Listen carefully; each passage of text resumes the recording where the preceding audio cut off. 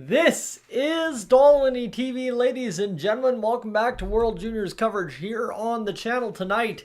The Edmonton Oilers in action. We'll skip past that this evening as Team Canada takes on Denmark for game number 3 at the World Juniors, the 2026 edition. I tell you, it's nice to get some rest. It was a little bit of a beat-you-up weekend there. I don't know exactly what I did to myself to not be able to live stream that Edmonton Oilers versus Calgary Flames Battle of Alberta, but whatever was going on there when starting that live stream the other night, if you witnessed it, oh my goodness, I'm so sorry. But tonight, Canada, Denmark, on what's been a great day at the World Juniors so far. Looking forward to, as Canada's been allowed to so far in group stage, pretty much close out the days. They'll do it on New Year's Eve. They'll do it tonight against Denmark, the 6:30 p.m. game. Mountain Time. Of course, if you're looking for scores at the World Juniors thus far, it's been like I said, another good day for Canada as things kind of rolling our way. The worst they can finish now is second in the division as long as we keep winning from here on out. Czechia defeats Finland 2-1 in overtime earlier today. Sweden beat Germany 8-1, and currently, oh my goodness, have you seen the upset watch in the Slovakia versus USA game? Well, you better get used to it. Slovakia is up 4-3 over top of the USA right now as things currently stand. So we're waiting for things to kick off here tonight between Canada and Denmark as Canada again looks to improve to 2-1-0-0. That's kind of the trickiest part of this is we're 3-0-0 in NHL terms, but given the situation with the IIHF standings and group play, we are going to be 2-1-0 thanks to the overtime victory over top of Latvia. So that's where we find ourselves. That's fine. That means we've accumulated all but 1 point through 3 games. So long as, and I'm getting ahead of myself, so long as Team Canada this evening can take care of business against Denmark. Now, you'll see tonight the poll. If you're a returning viewer here on the live streams over the past few days, you'll see that the poll, compared to the first 3 streams of the season so far, or tournament, has been shaken up. And actually, compared to the polls here on Dolynny TV in general this year, the question at the top of the chat this evening, which I encourage you to go vote in right now, does Denmark stack up against Canada tonight? Now there's 3 options here, given for the fact that we've got our friends from Denmark tuning in here tonight, that we got to, of course, give them an option to vote on, but as well, splitting the difference between us, the Canadian fan base, this evening in a game in which I think everybody expects us to have 10 times out of 10, 100 times out of 100, and 1,000 times out of 1,000.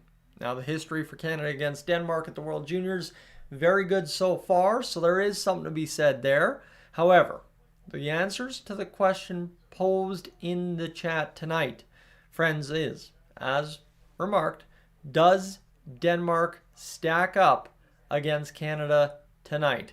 Yes, like Latvia, is a choice, right? And fair enough. Latvia has kind of come out and stunned Canada at the World Juniors 2 years in a row. Win one, lose one. No. Easiest game so far. That one on 8 votes, currently leading the pack at over 60%. And then, like I said, for our friends from Denmark, you need an option to vote on, and I think you've got one pretty simple. Go Denmark. So, I mean, even some Canadian fans, given the way they dislike this year's team, dislike the teams in general the last few years, might be voting that option. Currently it has 1 vote. So if you're tuning in from Denmark tonight, make sure to go do that here tonight. Make sure to vote on the poll. And that is where we begin this evening, friends. Glad to have you aboard here on Dolynny TV tonight.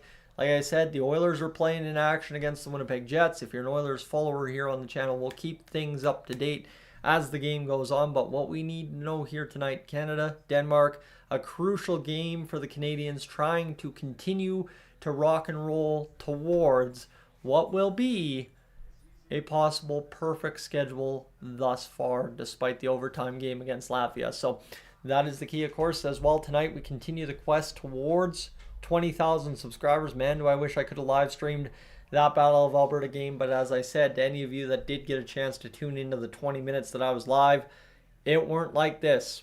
It weren't like this at all. So definitely consider hitting that subscribe button here today, today, whatever, I guess, as we get closer and closer to that New Year's Eve game. And that's always really the special game here on the World Juniors broadcast. And of course, last year, that Canada, USA game, I think it was an absolute pleasure to be live for. And of course, then that sets up quarterfinals on Friday. So looking forward to that. And would love to have you aboard for all that. And the Edmonton Oilers to top off the cake, right? So that's where we find ourselves, rocking and rolling along the broadcast here this evening, live for only 5 minutes so far. So chewed up a whole 6 minutes of clock by the looks of it here. But for Team Canada, I think you need a big effort. You got a big effort out of both of your goaltenders so far in this tournament. For Canada, Carter George was a bright spot against Czechia despite giving up 5 goals. And for Canada, Jack Ivankovic was absolutely phenomenal in the game against Latvia, coming up with an effort that easily turns the results, thankfully, in your favor. So tonight, I don't think I've seen details on who's starting. I'd assume it's George, and that puts good faith in my books for what we likely will achieve this evening against Denmark. Now, also said is, the offense, which has been the heaviest talked about item during the day off and leading into today's game for Team Canada. Can they start shooting more? Can they start playing more direct?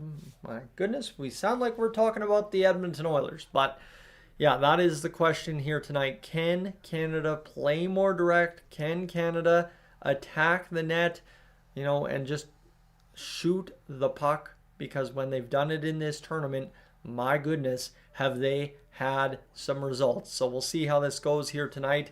Ignite, welcome in. Glad to have you aboard here this evening, tuning in from Niagara Falls, Ontario. And Mr. Doom, good evening to you as well. As I think that's exactly your sentiments there in the chat about how this game could play out for Canada one way or the other. I think that's exactly where I'm trying to head with the poll tonight. Again, if you're just tuning in and haven't voted in the poll yet, that's the one thing I ask you to do right now as you welcome yourself in. And at the same rate, too, if you haven't already hit that like button on the stream, make sure to do that here this evening as well. As we get closer and closer to game time, the more likes on the stream, the more you're enjoying and staying, the longer you do. Just helps friends that want to have some kind of update on Team Canada that is live, something that is just a little bit closer to the game than what they can find elsewhere. Just helps them find it that much easier. So that's where we find ourselves this evening. Maybe, the old haircut gets the old brains back in order. There's a lot of hair I lost today in the old clippers. So life's good. Anyway, what we need to know tonight, the Oilers are playing at 5:30 and the puck hasn't dropped. I guess Monday night it's prime. That makes sense. That makes sense. Canada, Denmark, 6:30. Edmonton, Winnipeg, 5:30. So for right now, we'll kind of pan through that and wait for this game to get up and underway. But, it's going to be really interesting, I think, from a perspective of the Canadian fan base, myself included, to see how this one translates this evening against Denmark, right? The result, frustrating as it may be, was still a victory against Latvia.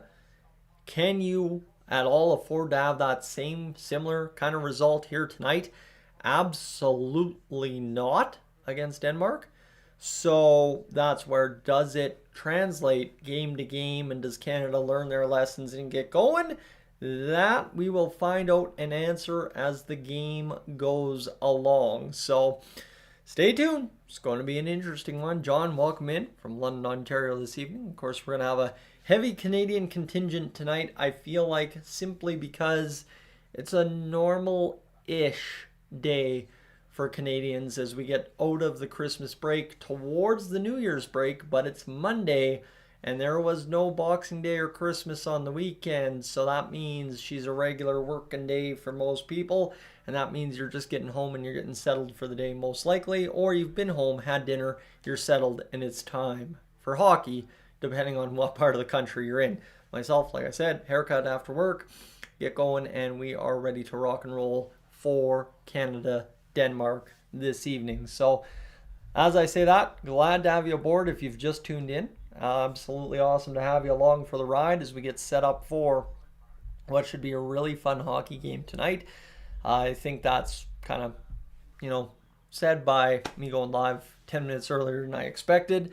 So far live for those 10 minutes now, and hey, thanks for hanging out. I think it's going to be of value to see how the Oilers play tonight. Obviously, the Oilers winning the opening face-off against the Winnipeg Jets in Winnipeg, so the Oilers have to try and pull out a road result at the Whiteout building, and I think the Oilers can get it done. They just, again, need to play their game, need to score some goals, kind of almost exactly everything that Team Canada has to do this evening against Denmark. As I welcome everybody back in again, feel like we're going to turnstile folks a lot early on in this live stream. For those of you hanging out here, definitely appreciate it, and sorry if I'm repetitive. That said, if you haven't already had a chance to vote in the poll at the top of the YouTube chat here on this live stream, make sure to do that. Tonight, the question posed is, does Denmark stack up against Canada tonight? It's not how does. Does. Just simply does. Yes, like Latvia. So 32% on that. No, easiest game so far, still leading with 60+% of the vote in the majority. And go Denmark. I feel like actually, truly, only one person has voted for the Denmark squad this evening. So, friends, if you're tuning in from Denmark, get going on that poll and get voting. I see one folk getting in there, getting going, and getting the job done for Denmark. So, I'd like to say a thank you as well to anybody that saw a friend of mine live in a similar capacity here on YouTube earlier for the Slovakia versus United States game over on Gillis TV. He's absolutely lighting it up right now, thanks to you folks. So thank you for that. As we get off and running, John, this is also a distinct possibility, friends. I guess I made the mention that, today's a regular Monday, so some folks are back to work. Well, I'm going to tell you right now, John's on holidays till the 5th, and I think that is as well. If you're not back to work today, you ain't going back to work until the 5th. That's a common, I think very common sentiment amongst many in the country this year, given the way the 2nd, that Friday after New Year's, plays just perfect for everybody to take basically 2 weeks off work. It's great. I know some folks might have to go in for Monday, Tuesday, Wednesday before Christmas and then gone and dusted, but again, hey, man, time off this time of year, especially when the World Juniors is on. Can't beat it. I very much so enjoyed my weekend. Glad to have taken yesterday to recover, let me tell you that. Didn't get to bed until 1:30 last night. Just simply kind of wound up by finally winding down. And yeah, tonight, there we have it. As TD, when does USA play? They're currently playing Slovakia right now in action. And last update we had on the Slovakia game, it is now tied 4-4 at the end of 2 between the USA and Slovakia. As Toe Drag, welcome in. As friends, we're accumulating y'all fast, really, really fast here. As it is going to be interesting to see how this game pans out, right? Does Canada seize the moment, or does it slip away again as it did against Latvia to some degree? If you haven't already, tonight is the night to hit that subscribe button. I know I'm hammering this hard. We're below 1,200 subscribers to go to 20,000. What's more important, if you're new to the channel and you want updates on the Canada-Finland game on December 31st, now is the time to do that. And obviously as well, if you're an enjoyer of the Edmonton Oilers, and I should also mention perhaps the Toronto Blue Jays, then you may want to stick around the channel longer term and stick around for the coverage here on Dolynny TV when it comes to the Oilers as they look to make 2026 absolutely magical. World Juniors gold, Olympic gold, Edmonton wins the Stanley Cup. It's Canada's year, baby. Let's go. So that's kind of where we're looking for things to pan out this year. That's kind of what I've put out into the universe during a few previous streams this year. So would love to have you aboard for what will be an absolutely legendary ride as we go along this 2026 upcoming. And that, of course, starts off with the New Year's Eve bash here on the channel. Canada versus Finland to close out group stage play. So again, I feel like we probably turnstiled a bunch of folks. So friends, glad to have you aboard here again tonight. Thank you for hanging out here on Dolynny TV. I know we're still basically 50 minutes away from puck drop. I will go take a little bit of an intermission here in the next little bit to just grab a bite and fuel up before this game gets going. I'll leave you on the old subscribe ad as we get that rolling, and then we'll get towards, obviously TSN, getting their pregame so as I can get you some information about what's about to happen tonight. We know Keaton Verhoff is drawing into the lineup for Team Canada this evening, so he will play. We also know from an Edmonton Oilers fan perspective that Andrew Mangiapane is a scratch for this evening's game. Potentially a pure coincidence that Nick Jensen is a healthy scratch for the Ottawa Senators. So stay tuned, see what happens. It could be a night of chaos across the NHL as we unfold Canada versus Denmark this evening. So as we continue again, if you haven't already, as I see the numbers keep creeping up here on the stream, if you haven't already had a chance to vote in the poll, make sure to do that. There's 34 votes in there. It's about 550 right now. Feel like we can probably get up to about 250 votes by the time the puck drops at 6:40. So as I'm saying, if you haven't already had a chance to vote, make sure to do that. And there's some interesting options there today instead of the typical who wins tonight. I think, again, from a Canadian fan perspective, and maybe me being a little high and mighty as a Canadian hockey fan, it should be expected somewhat typically out of Canada to win this matchup, given the way this tournament has gone, given the way last year went and the quarterfinal against Czechia the year before. Perhaps we should throw some caution in there, and that's hence why there's 3 votes on how this game could go and a split vote for the Canadian fan base to discuss. So that's where we find ourselves. Is there a score in the Oilers game? Well, no, there's a giveaway by Trent Frederick in the neutral zone, and there's 2 shots in the entire game between both teams 6 minutes into the first period, according to Sportsnet. So that's where we find ourselves as it currently stands. Friends, right now I'm getting lit up with text messages and comments and everything, so give me a second here to get things figured out. So what do we got? Yeah, I just saw that. All right, so looks like Andrew Mangiapane's agent has been given permission by the Oilers to seek a trade. There you have it. So Andrew Mangiapane can move out of the Oilers anytime he pleases now. Wow, yeah. As things continue to roll along over on Gillis TV. I know B. Jilly's not live over there, but obviously he's gotten things going. So, yeah, hopefully for him, the start of a big year on the channel. As Joe, welcome aboard. As yeah, it's obviously been one heck of a ride in the cream jerseys for the Oilers. You know what La Bamba means to the Oilers, though, and I will tell you, until the Oilers win that cup, that ain't going to change anytime soon. So for right now, obviously, great to have jokes, and I love the fact that fans, after really reacting violently bad to the Oilers cream jersey, which hangs up behind me, have come to just full circle love these Oilers jerseys. And I told everybody I'm reserving judgment until I see a live, real close-up, at least in video. The video of Matthias Ekholm in that jersey, mint. But then you saw it live at the team store, and I mean, I am sorry. That thing, the full uniform, up close and personal, was so beautiful. So I was fully sold day one on these jerseys right here. So Burnt Toast, so sad about Andrew Mangiapane. Again, friends, if you're tuning in from across the hockey universe, big news out of the Edmonton Oilers sphere today. Andrew Mangiapane's agent has been granted permission to seek a trade for his client off of the Oilers. When it comes to Mangiapane, he fumbled the bag as hard as you possibly could. And you can say that Chris Knobloch didn't give him a ton of opportunity. There was a ton of opportunity at the start of the year. You just had to play worth anything for it.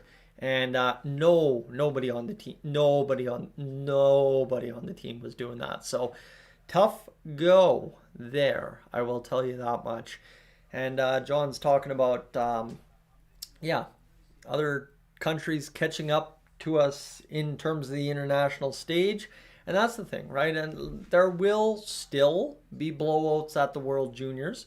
That will just come with junior hockey and hockey in general forever and ever. The thing is, especially as Canada is the top dog for many, many years now, it's always going to come down to when a team has a chance to face us, they are going to stack the deck as least favorably our way as possible. That means their team will be fired up to play us. That means we're getting their starting goaltender. That means their top line, their top D pair will play as much as humanly possible against us. And again, when the other countries are catching up to us as much and as fast as they are, the issue becomes those top players are pretty dang effective for the other countries. And you know what?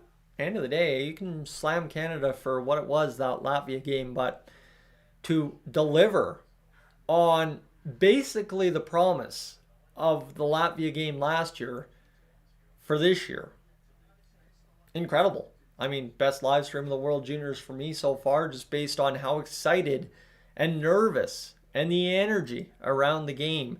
And yeah, sometimes the hate towards the game kind of feeds into that, the negativity a little bit, but it was awesome, just to live the roller coaster all over again and get the job done. So, Art, to your comment here, is we have plenty of time to kill here on the live stream. Puck drops 6:40 this evening. The Oilers Flames live stream. I'm feeling like I'm talking to about 120 plus here right now. If anybody caught that first 20 minutes of that stream, and that's the only 20 minutes there was, you would know that was probably the worst 20 minutes out of the channel in a good 2, 3, 4, 5, maybe even 6 years. It was brutal. So we avoided that. We just kind of shut down the stream, privated the stream, and hid it away, and hopefully don't have to think about that again for a long while. Again, I think full credit tonight to Patrick over at the Oilers Fanatic for taking my call this evening and letting me ramble and rant all about life and hockey and live streaming and World Juniors and getting me fired up to do this thing here tonight. So we come to our first comment here tonight, asking, do I show the game live when it's on, or do I just talk through it? So to those of you hoping to watch the game here live, I do have to disappoint. This is a play-by-play commentary live stream. As again, that's all you're really going to find in this day and age on YouTube. The IIHF, TSN, Canadian and American sports broadcasters have really decided to clamp down on legal streaming on YouTube.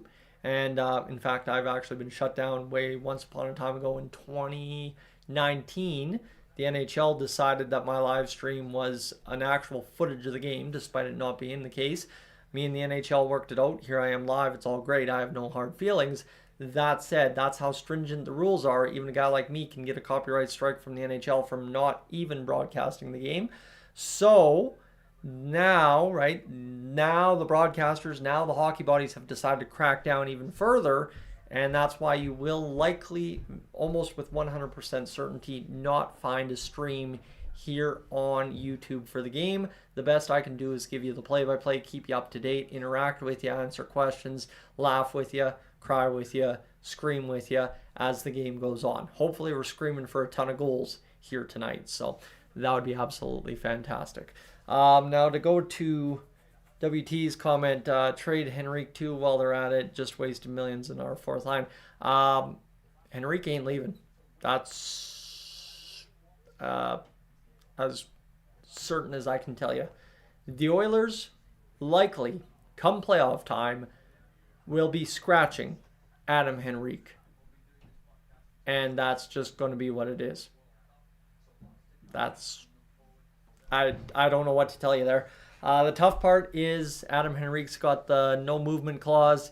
He shut down the trade in the summertime, and unfortunately, there's just no ifs, ands, or buts about it. He is not leaving. This is probably after this year he retires, but this is the final resting spot of Adam Henrique. As even when we were talking about him, to do that, be an Oiler years before he became an Oiler. Just kind of the situation is he was always going to end his career here. I think whenever we as Oilers fans talked about him becoming an Edmonton Oiler, the contract situation, yeah, be displeased with it however you want. It just kind of is what it is, unfortunately. And Joe, you're talking about not replacing La Bamba, but to replace Pink Pony Club. Okay. Yeah, that's fine. That's whatever it is. That's the boys' decision when it comes for the Oilers side of things. Again, I know we've got a lot of Edmonton Oilers talk here. I think obvious for a lot of you tuning in for the first time why the Oilers in action against the Winnipeg Jets tonight. And like I said, any change to any of the stuff in the locker room, that's on the boys, and that's up to them to do whatever they want. And I guess they'll have to figure that one out. As I don't know if you'd ever go jersey specific, but wait till next year. They might a little ACDC it, so just saying. Stay tuned. But yeah, that's where we find ourselves as we're on the broadcast here, where we got the magic power of Triumph rocking the stereo here as we are getting closer and closer to game time this evening. Friends, I am going to go quickly see if there's a quick bite to grab upstairs. I'll be right back. In the meantime, if you haven't already hit the like button on the stream, make sure to do that here. And tonight as well, if you could hit that subscribe button. We're closing in on the final 1,000 to 20K. That said, tonight, the reason I want you to hit that subscribe button, I kind of pulled this last time, but New Year's Eve, Finland, from the couch in Crossfield with hopefully special guest Mikey V yelling and screaming about the World Juniors live with me. That'd be a blast. I want you here for it. Consider hitting that subscribe button, friends. I'll be right back.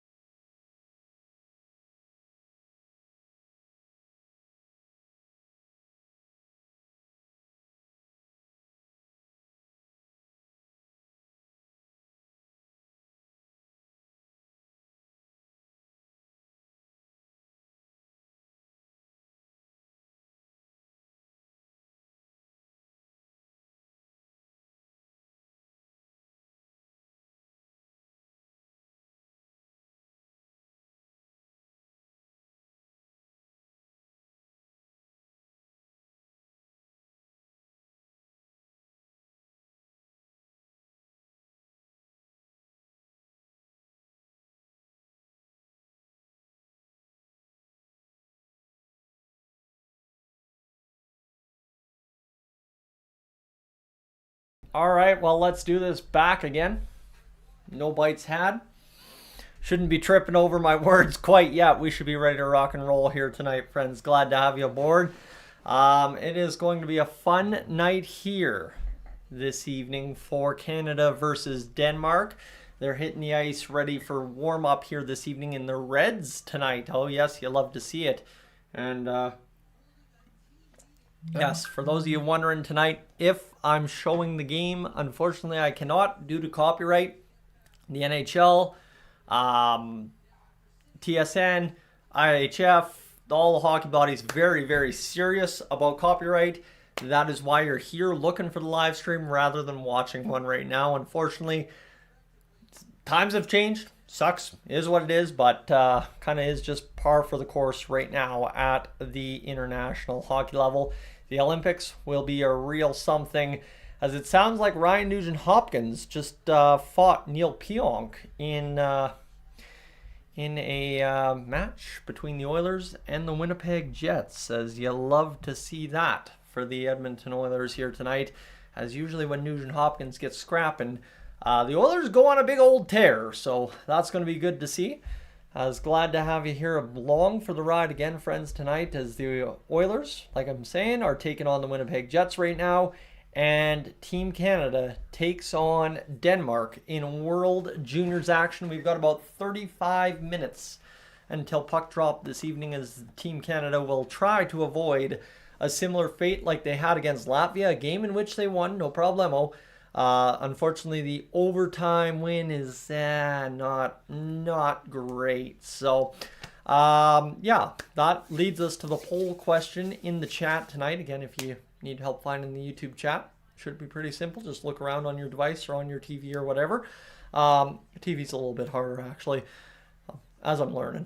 Does Denmark stack up against Canada tonight? A different question. Normally the question so far through the World Juniors has been who wins. Now, does Denmark stack up against Canada tonight? The options being yes, like Latvia. That meaning, again, it's going to be a tight game. No, easiest game so far. That one, I hope it explains itself. That'd be great. And of course, for those of you from Denmark here tonight, you've got an option in the poll as well. It's not just a split multiple choice for Canadians.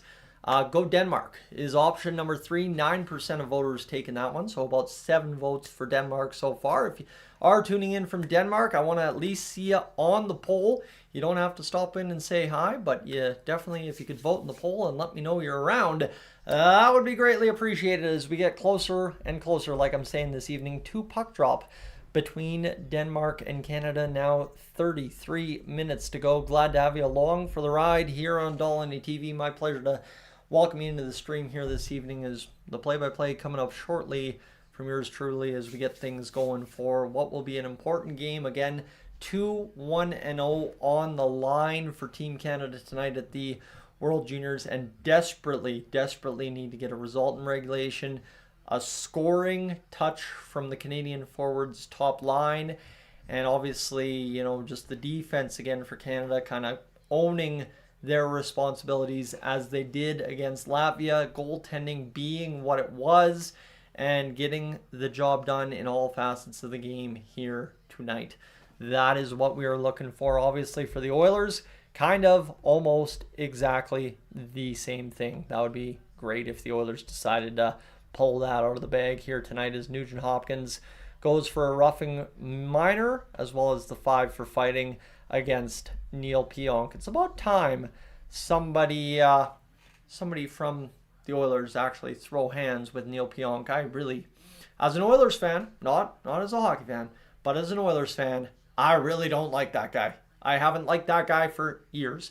So nicely, hopefully here, we can get things going against the Jets tonight and get the job done. So as McKenna Supreme primary scoring force, again, I mean, you played Latvia and you scored 7 goals against Czechia. Just from my perspective, for the projected first overall pick in the 2026 NHL entry draft, I need more tonight. Great night to pile up points. Great night to score a whole bunch, actually. And hopefully the case for Gavin McKenna and Team Canada. As Austin, I haven't watched a clip yet of the Nuge versus, call him, that guy, Pionk. I should know that after bashing him. But yeah, I haven't seen that one, as didn't have an RNH tilt on the bingo card tonight, but he shows that sneaky toughness. Once again, you know you love to see it out of Nugent-Hopkins. That's a guy. That's a veteran. That's fantastic. As for Reed Wilkins, he's got all the list of Ryan Nugent-Hopkins' career fights. Hamuse, Hinostroza, Monahan, Hole, and Pionk.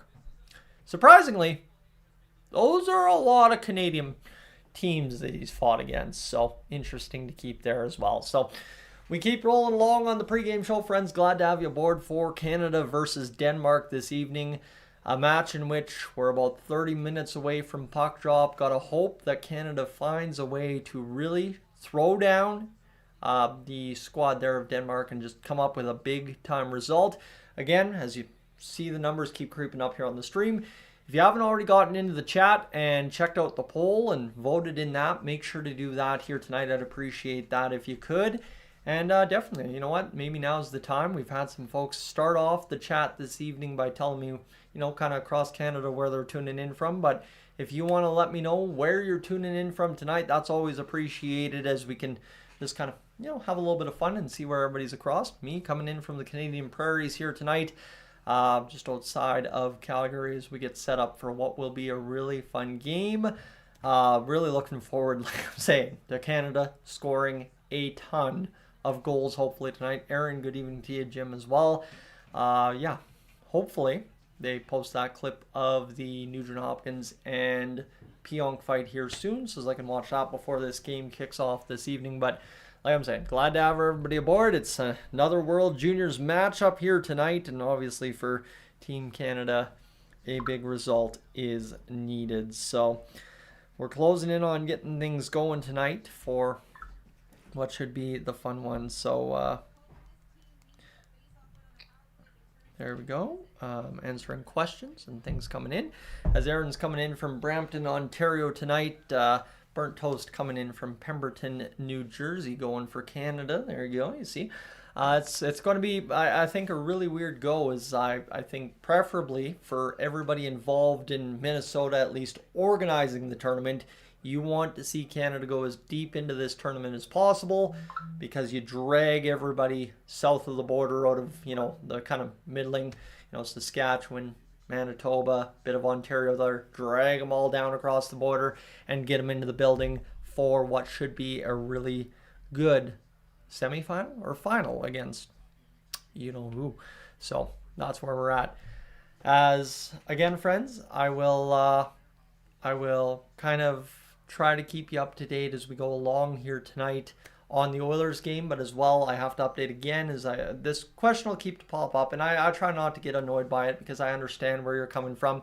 Unfortunately, I cannot show the game due to copyright restrictions. TSN, the IIHF, they're very severe about that. That's why you're here asking me if I'm going to show the game live, as opposed to watching the game or the pre-game show on TSN live on YouTube right now, right? If it was allowed to happen, you wouldn't be asking. So it's kind of where we're at, and it's okay. Hey man, if listening to me yammer on about nothing ain't for you, I understand it. I get tired of listening to me too, right? I mean, kind of cleaned up today. Most of the time I look like a squirrel.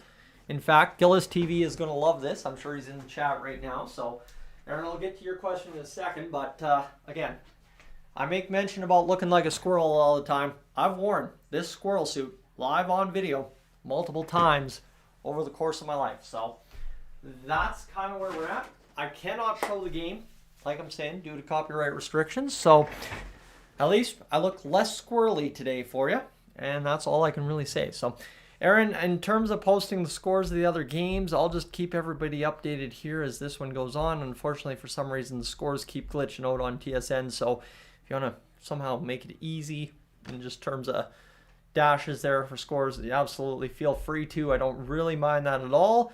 Obviously, that's why slow mode's on, so as that just doesn't get spammed out and taking up all the chat, so as I can at least focus. Now, what do we know about the Oilers game here? Let me take a quick peek. It's 0-0 with 3 minutes to go in the first period of play. So, good enough with me.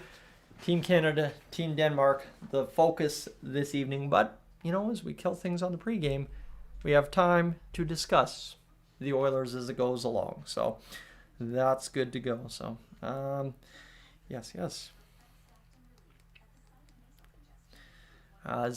We should be absolutely lit up for a good scoring affair for Team Canada. That's, at the end of the day, if you're asking yourself what your expectations of tonight should be as a Canadian fan, it should be goal scoring, goal scoring, goal scoring, goal scoring. Now, that's, again, where, as I keep advertising, or if you're just tuning in for the first time, The reason for the poll at the top of the chat is, will that be the case? Does Denmark stack up against Canada tonight? Yes, like Latvia, that's a problem. And no, easiest game of the tournament, that would be felt welcome and fantastic. Go Denmark? Well, if you're a Canadian saying that, you're praying for chaos. If you're a Denmark fan going for Denmark, I absolutely respect that. I can't clown on that at all. So that's kind of just where we find ourselves tonight. So definitely, if you, like I'm saying, haven't had a chance to vote in the poll yet, make sure to do that here. Would be appreciative of that. And other than that, we just continue to wait for this game to get going here and get me going on the play-by-play. I feel like I've got the chops for it tonight. A lot better than that Flames-Oilers game the other night. Whew. Man, I am sorry if you had to watch that. I'm not sorry you missed it. I'm sorry if you had to watch it. It was that bad.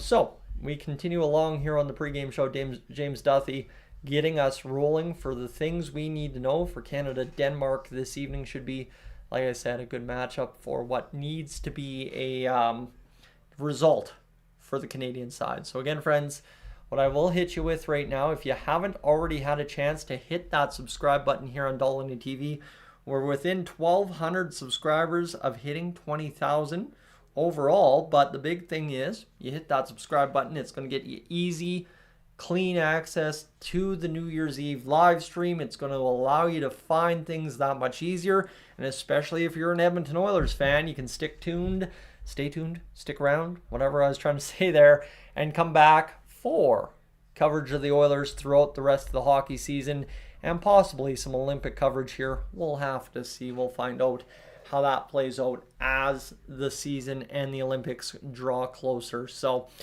just about nearing 100 votes on the poll is, again, I think a lot of folks are a little nervous about tonight. 34% of the vote now creeping up to yes, like Latvia, the game against Denmark might be a little tighter than Canadians want it to be. And I guess as well, Denmark fans might be voting that option. So I kind of gave Denmark fans 2 votes, Canadian fans 2 votes on a 3-poll poll.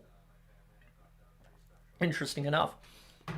As we are closing in, like I said, now 6:17, so we're about 23 minutes away from puck drop here against Denmark. That would be huge to obviously come away with a result tonight, like I'm saying, and we'll, again, reserve judgment until the game gets going this evening. But as I'm also saying, if you haven't already left a like on the stream, friends, make sure to do that. Again, maybe not an appeal yet for those of you just tuning in for the first time and listening to me yammer on about nothing. But for those of you that are regular viewers here on the channel, if you haven't already hit that like button, you know how much I appreciate when you do that. It just simply gets the stream that much out there. So appreciate that. And obviously as well, Dylan, welcome in. Glad to have you here for the ride this evening. So I know you were a little jacked up earlier today about the game. And you know what? Honestly, that's kind of what put it on my mind today. So good there. So, yeah, hopefully everything goes according to plan here tonight for Canada. That's the thing, is that there's not much craziness to this, but for Canada, you just have to have things go according to plan, and that's all I'm hoping for. All I'm hoping for, a good result against, Winnipeg for the Oilers, but Denmark for Canada as we get closer and closer to puck drop tonight. Looks like Winnipeg has 20 seconds remaining on a face-off somewhere on the ice, probably in the Oilers zone. So there we go. We are rolling along here, friends. And of course, I want to say a huge thank you to any of you that tuned into any coverage on YouTube today from Gillis TV, covering, yes indeed, the game between Slovakia and the United States. Old Gillis TV there. Glad to have you aboard for a period of hockey before I think he had to dip out for dinner with the fam. So we're rolling along here, getting set up for what should be an absolutely electric game, I think, for Canada. Like I'm saying, the goal scoring is going to be the most massive part of this equation tonight.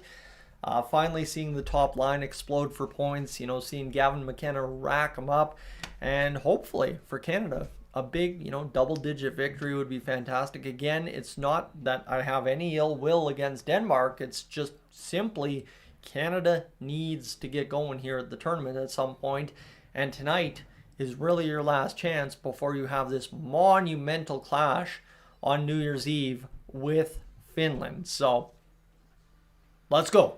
Let's get it going here because we got to get this job done here this evening. So we're rolling along on the live stream, friends. Been live just about 45 minutes at this point, and we are just about 20 minutes away from puck drop as it currently stands.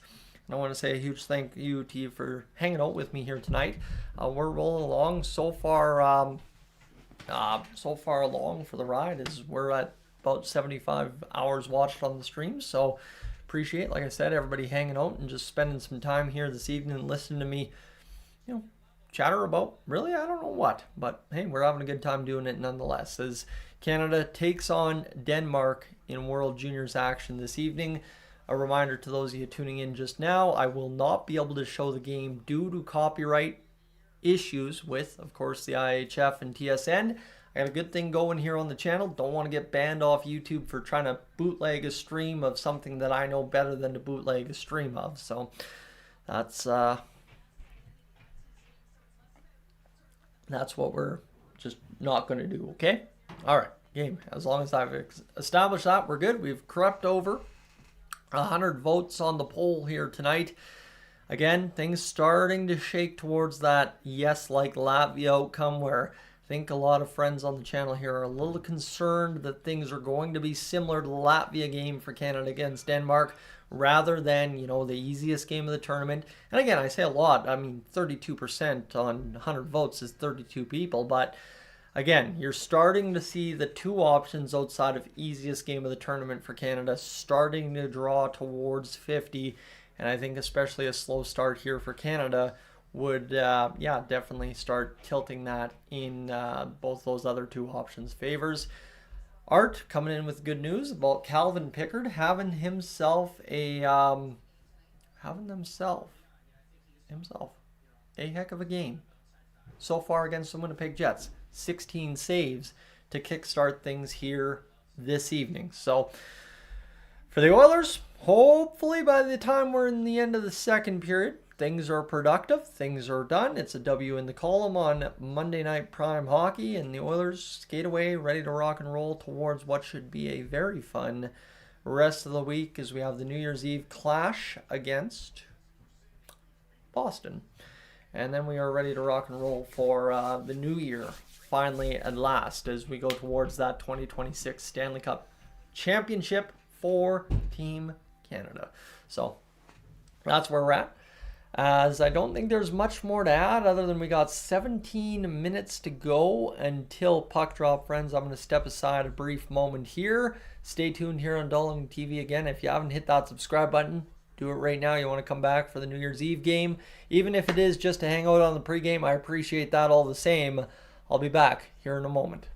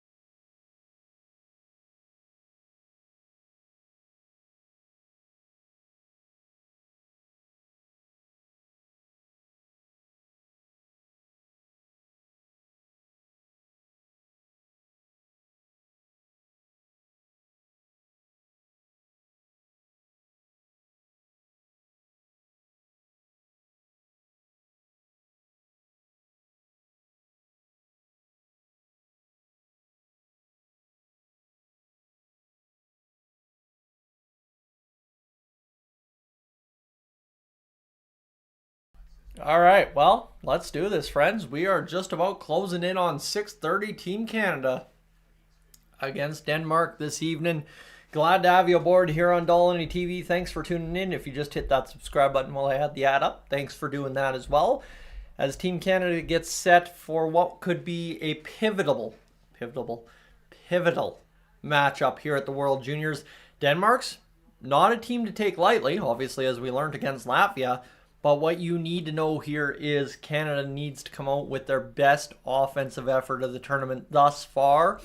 I know we scored 7 against Czechia, but just throwing pucks on net, shoot first, take opportunities, dig pucks in the crease, throw things to the back of the net. Canada needs to be all over it. Canada needs to be on top of it here tonight. Puck drop is at 6:40 here this evening, so that's in case you need to know that. That's the update, is I'll have your play-by-play of this evening's game here on the channel as we get things rolling towards 6:30. Like I said, we're about to probably see a big peak spike here on the channel as everybody tries to find a live stream last second. And of course, if you're looking for the live game, it will not be here tonight, simply because, well, unfortunately, YouTube does not allow copyright material on their stuff. So the best you're going to have is me. If that doesn't satisfy, it is what it is. As I finish the last of the carton of eggnog here tonight, as I'm excited to get this one up and underway this evening. So thank you for hanging out tonight. The Oilers and the Winnipeg Jets are in the intermission. Of course, maybe for some reason I might care about keeping up with the Oilers and the Winnipeg Jets. Just something behind me says that, but yeah, that's, don't need to bother with that. That back there, huh? Yeah, all right. Either way, the Oilers and Jets getting set up for a big tilt here in the second period upcoming. Like I said, by the end of the second period, Team Canada and Denmark should be looking in the dressing rooms at a result between the Oilers and the Winnipeg Jets. So glad to have you along here on Dolynny TV this evening. Like I'm saying, as if you haven't had a chance, now 120 votes on the poll so far. Desperately need you to hit that poll up and vote on that, as I think the votes have kind of shrunk down a little bit, a few points for the Latvia repeat and the Go Denmark situation. So easiest game of the tournament continues to gain popularity for this poll, as right now, you know, I think Team Canada has a pretty good chance to make an impact on the score sheet and this evening as well in the hearts of many Canadian fans who are desperately asking them to shoot and get the job done against a team we perceive as weaker. So as that stands, like I said, go vote in the poll. Let me know how things shake out for you. And we'll get going from there as the game carries on this evening. Of course, it'll be interesting to see how the poll shifts as well. Man, that Latvia poll shifted as that second and third period wore on, I tell you.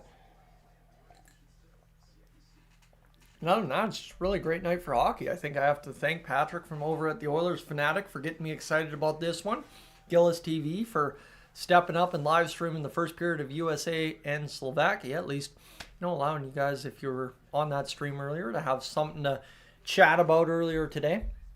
And now all of a sudden we get fired up for what should be an absolute electric factory if Canada comes out and scores goal after goal after goal here tonight against Denmark. So looking forward to it no matter how it plays out. I think that Latvia game played out pretty well for Canada, all things considered. And the nice part is it was a blast a minute, because anytime you get a live stream a game that goes to overtime, yeah, you get a little nervous, you get a little excited, and you have a hell of a lot of fun. So looking forward to it here as the live stream rolls on here on the channel this evening. Welcome to Dolynny TV. Glad to have you aboard, like I'm saying, as well. If you haven't had that chance yet, tonight is kind of a lull in the schedule maybe for some Canadian fans, but tonight is a big moment to set up an absolute massive tilt against Finland on New Year's Eve. So make sure to go out there and hit that subscribe button to come back for New Year's Eve against Finland, as that was probably the best live stream of the World Juniors last year. Canada versus USA on New Year's Eve. And then, yes, indeed, we had the opportunity to kickstart the quarterfinals against Czechia 2 years in a row. And that one was, I think, actually the best live stream in Dolynny TV history. So we should be set up for what is going to be an excellent finish to this tournament. No pun intended there. As Canada tonight tries to get the job done. Michael Hayes with the overtime winner on the assist from Gavin McKenna as Canada beat, well, Latvia the other game there. And that was, again, a massive victory for a Canadian squad that needed a result out of that game in the win column. It took them some time, but they got it. And again, you're going to get Latvia's best 10 times out of 10 when you're playing Latvia at the World Juniors. Now, if you're Canada, they don't care about losing 8-0 to Finland. They care about showing up the Canadians, and that was the case here the other night. So we will see how it all pans out this evening against Denmark as Canada takes on a team that, well, traditionally we've had the upper hand on quite handily, and now tonight, does that continue for Canada against the Danish side? Well, we'll remain to see how it all plays out here. So we'll see how this comes together as we get close to puck drop here. About 8 minutes to go. Canada versus Denmark, as it'll be a huge game. Like I said, for goal scoring for Canada, that's what we're looking for here. Got to come up with the result that scores a ton of goals. And obviously, you know, the boys are looking to try and get that job going here this evening. And I really love what the Team Canadian squad has done here with putting the past players that have worn these numbers in the stalls. That's a really nifty, nice touch. And yeah, definitely, I think hopefully an inspiring touch for some of these players to see the guys coming before them in these uniforms and what they have laying ahead of them in their hockey careers. So yeah, we are rolling right into the final 7 minutes of this Team Canada puck drop. As Mike, I don't know how to say that. Welcome aboard. As we are getting close to this one, I don't think they're going to wait to drop the puck between Canada and Denmark if Slovakia and USA aren't done. I think it'll start on schedule. There are two different arenas you got to keep in mind. I know USA, Slovakia might have a chance to be done beforehand, but I believe 6:40 puck drop is automatic no matter what here at the World Juniors. Obviously, the beautiful part about USA and Canada's facilities, and I mean across the world, I think it's now unanimous that the World Juniors need 2 rinks. But what I'm saying here is as well, TSN's got 5 different feeds they air publicly in Canada. And yeah, the nice part is TSN 4 is where it gets going here this evening. So that is where we have it as we are getting closer to puck drop here tonight. And Albert, I think I've been my regular old squirrely self here tonight, honestly. I don't think there's a need to be negative about what I've done. I think I've come back with a better effort than we had that Battle of Alberta game, if you might add. Yeah, that wasn't good. Friends, I do apologize if you're tuning in for the first time since that 20-minute run on the Battle of Alberta there the other night. Yeah, that was disaster class, if I might add. So looking forward to having a better call here this evening as we get closer and closer to puck drop. We are within the final 5 minutes before we get the puck dropped as Finland, 2 wins, 1 overtime loss. The World Juniors thus far, 7 points on the ledger. Canada tonight could jump them with a win up to 8 points, and Czechia now with 5 as well. So kind of things shake out. I think the worst Canada can finish because of beating Czechia is second. So that kind of sits us in a nice spot no matter what. And that obviously sets up the Finland game very nicely for New Year's Eve as take care of business this evening against Denmark. And away you go with a very important game on New Year's Eve against, yes indeed, Finland. So Denmark, 5 minutes away here for Team Canada as we try to shut down, obviously, what could be a problematic game for Canada if we do not take it seriously. That's what this comes down to, is for Canada, they got to take it more seriously. And again, friends, what I'm telling you is tonight against Denmark, get the result done. I want you to hit that subscribe button tonight so you come back for that Finland game. We pound a great game out of New Year's Eve live from the couch in Crossfield as Mikey V and I think that's the idea, are going to sit here and, well, I think Mikey V, if things aren't going well against Finland, might be moaning a little bit. Mikey V does not enjoy when the boys do not show up and show out. So, yeah, we should be ready to roll for an awesome game on New Year's Eve. And of course, that just sets up easy partying in Crossfield. You know, I mean, I always talk about, I've been now 5 years sober here, so when I talk about partying, it's mostly watching my friends have a ton of fun while I laugh and enjoy along with their laughs and them enjoying. And then I drive whoever needs a ride home at the end of the night home. That's it. That's all. Off to bed and talk about how great of a night it was the next morning. So there we are.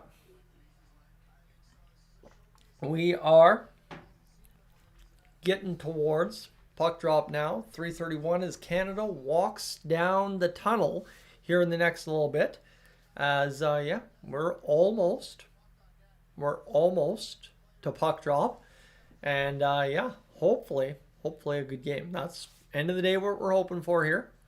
And trust me, if Canada scores a ton of goals, it will be a real fun game start to finish, as long as I don't screw up Haig and Brady Martin again. That was a little embarrassing there at the end of the Canada-Latvia game. That was tough. Here I'm calling the overtime winner, and I'm like, oh my goodness, Brady Martin scored. At least I feel like that's what I said. I actually didn't even go back and watch the tapes, to be honest with you. But, yeah, tough go with those two numbers on the same line. So, Aaron, 19 years sober. That's absolutely incredible. That is one heck of a New Year's resolution. I'm going to assume that's what it was. I'm sure there's more to that story than anything there, but absolutely congratulations, and looking forward to, well, seeing what year 20 brings for you. So we need to see what these Edmonton Oilers are up to. It's 0-0 at the start of the second period. Right now it looks like Ryan Rishaug and Elliot Friedman have posted something here. So what do we got here at the World Juniors? As middle stanza gets going, Mangiapane's play is the reason for his healthy scratch. This isn't surprising considering where his game's been most of the season, probably overdue. Frederick before, now Mangiapane. Knobloch setting a higher standard for playing time and resetting under, resetting underachieving players. See, I was fighting that the whole way through. So, yeah, let's see how this goes here the rest of the way for the Edmonton Oilers here tonight. We are about a minute away from puck drop this evening, friends. Thank you for enjoying the pregame portion again one more time. I know I've hammered this hard during the World Juniors, and I understand that. I understand it's annoying, but I just have to hammer it. We're closing in on less than 1,200 subscribers to go until 20,000. That's a big, huge milestone on YouTube, at least in my eyes. And as well, a massive situation here with getting closer to that New Year's Eve game, and I want you to come back. Either which way, it is the final game of the evening at the World Juniors 2026 in Minnesota. Team Canada takes on Denmark in the University of Minnesota building, the 3M Arena Maracouchi or Marushi. I honestly haven't heard anybody pronounce it. Either which way, Carter George, your starting netminder for Team Canada this evening. The officials, Martin Jobagi, Yanni Warrenhimo, Yanni Pekala will be the linesman alongside Rasmus Stromberg. That was Struggle Fest. You get 30 seconds to read that. That is it. It's tough. Patrick Tejan. Yep, Patrick Tejan, the goaltender for Denmark this evening. Lock that away. Hopefully the memory a little bit better here. Carter George. Stuart Skinner-like numbers in net for Team Canada in that game against Czechia, and he is not the reason it was 7-5. So, Martin Struzinski,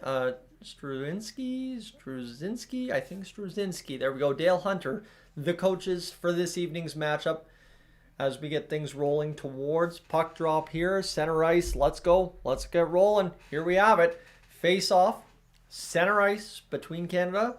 Baudouin takes the draw at center ice as he has the last two games for the Canadian squad to open up the game, and Canada pushing this puck forward off the face-off draw And then back to the blue line at their own side of the zone, firing it in. Canada the first to the puck inside Denmark's territory. The third line for Canada getting to work here, back to the high point.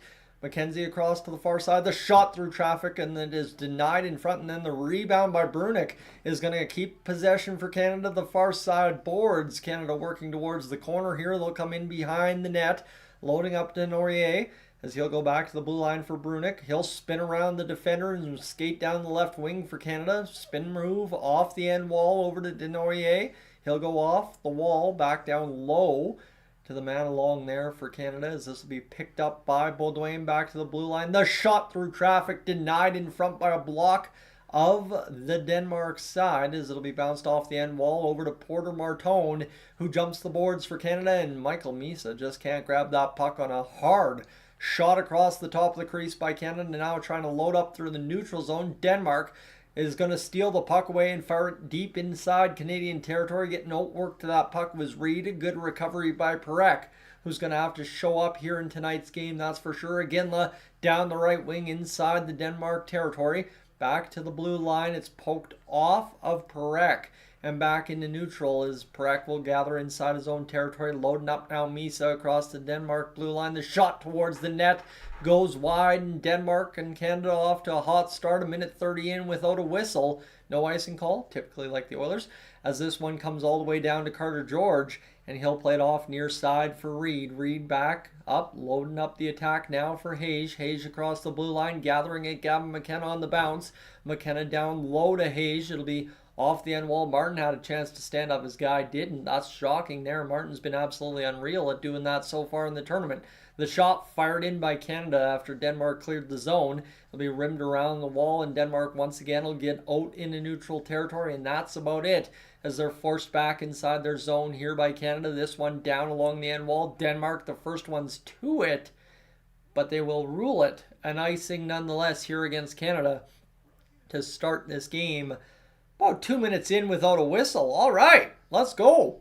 As Team Denmark, last 5 World Junior results, 2019, 18, 17, 16, 15, no better than 5th in 2017 against Montreal. As this will be an interesting go here for the face-off. Inside Denmark's zone, Canada's going to load up the fourth line as Braden Coots out there, Reshny alongside him. The shot by Coots. Denmark's goaltender thought it was past him. He took the look. It's a save nonetheless, and the first real shot of the game for Canada is Verhoff out there for the Canadian side. Is a good shot there from Coots, who loaded up and got it right on net in a dang hurry, that's for sure. Now we'll have a face-off. Again, same spot inside the Denmark zone to the right of the goaltender. Loading up Reshny one more time. Back to the blue line, over to the far side. The shot goes wide behind the net, and this one will bounce off the end wall. Battling to the far side, the puck comes free for Denmark to fire it into neutral territory.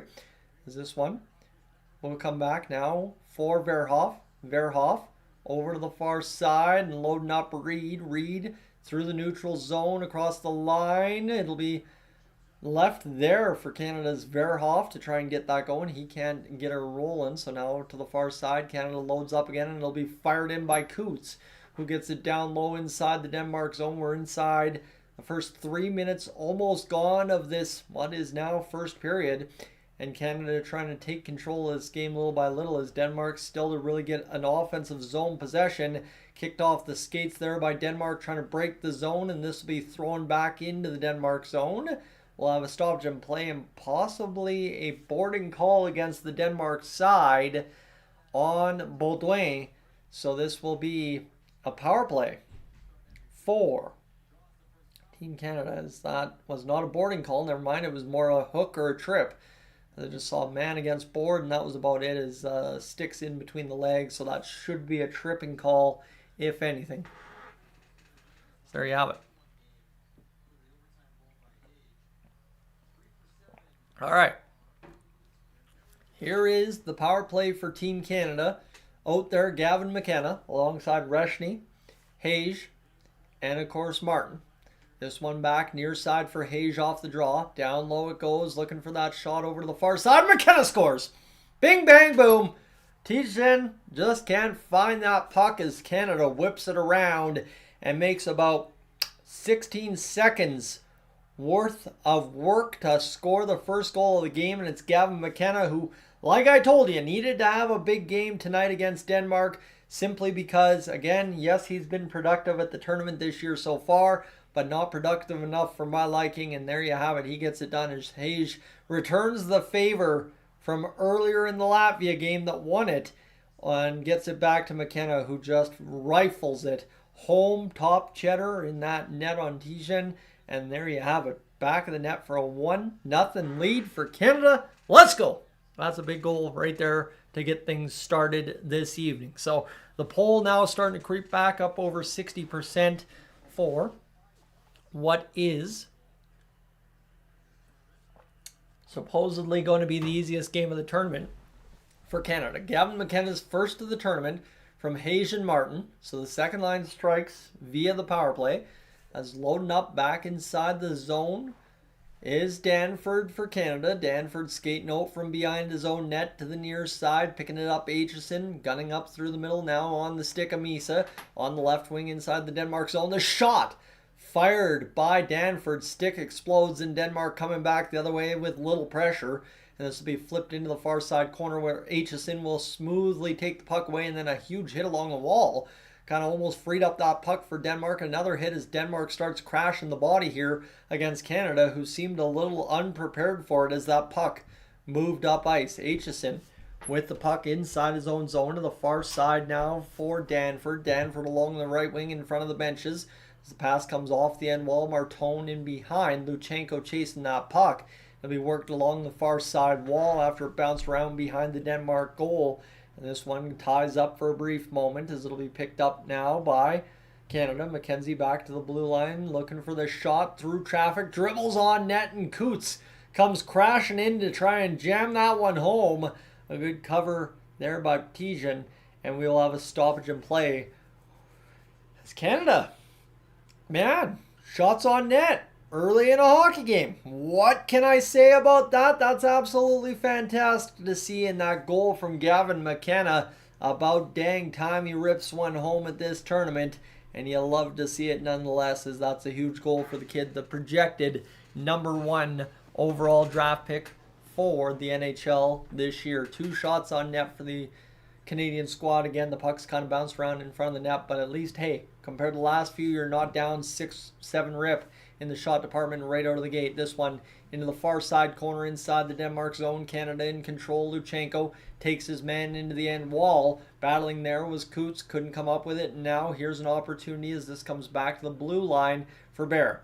Bear with the puck will work down along the near side wall into the near side of the net, and then just couldn't jam it home. Luchenko, he'll get the turnover there, and then him and Bear miscommunicate at the blue line, and that'll force Coots to pick up the puck and get things back to Brunick for a recovery inside the Canadian zone. This one now over to McKenzie, gunned up the wall, and here's Canada's Beaudoin. The shot directly on net, coming into the zone right down the middle of the ice, picked up by Canada again. Perek through the middle, looking to Beaudoin. Beaudoin sees it picked up by Canada and tipped in to the Denmark zone. This one now off the end wall. Canada coming crashing with the body against Denmark. Somewhat of a similar response to what happened just moments ago inside the Canadian end, as Perek with the puck got it to Beaudoin. Back over now near side Reed.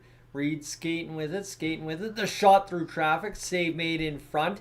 It'll go off the wall, and Canada's saying it went out of play. And do we have a penalty on this play to Denmark? I don't believe so, but yes, indeed. After a conference of the lines and officials, we do. It'll be a penalty to Denmark for puck over glass with 14:11 to go in the first period of play. As delay a game, puck over glass, as you would.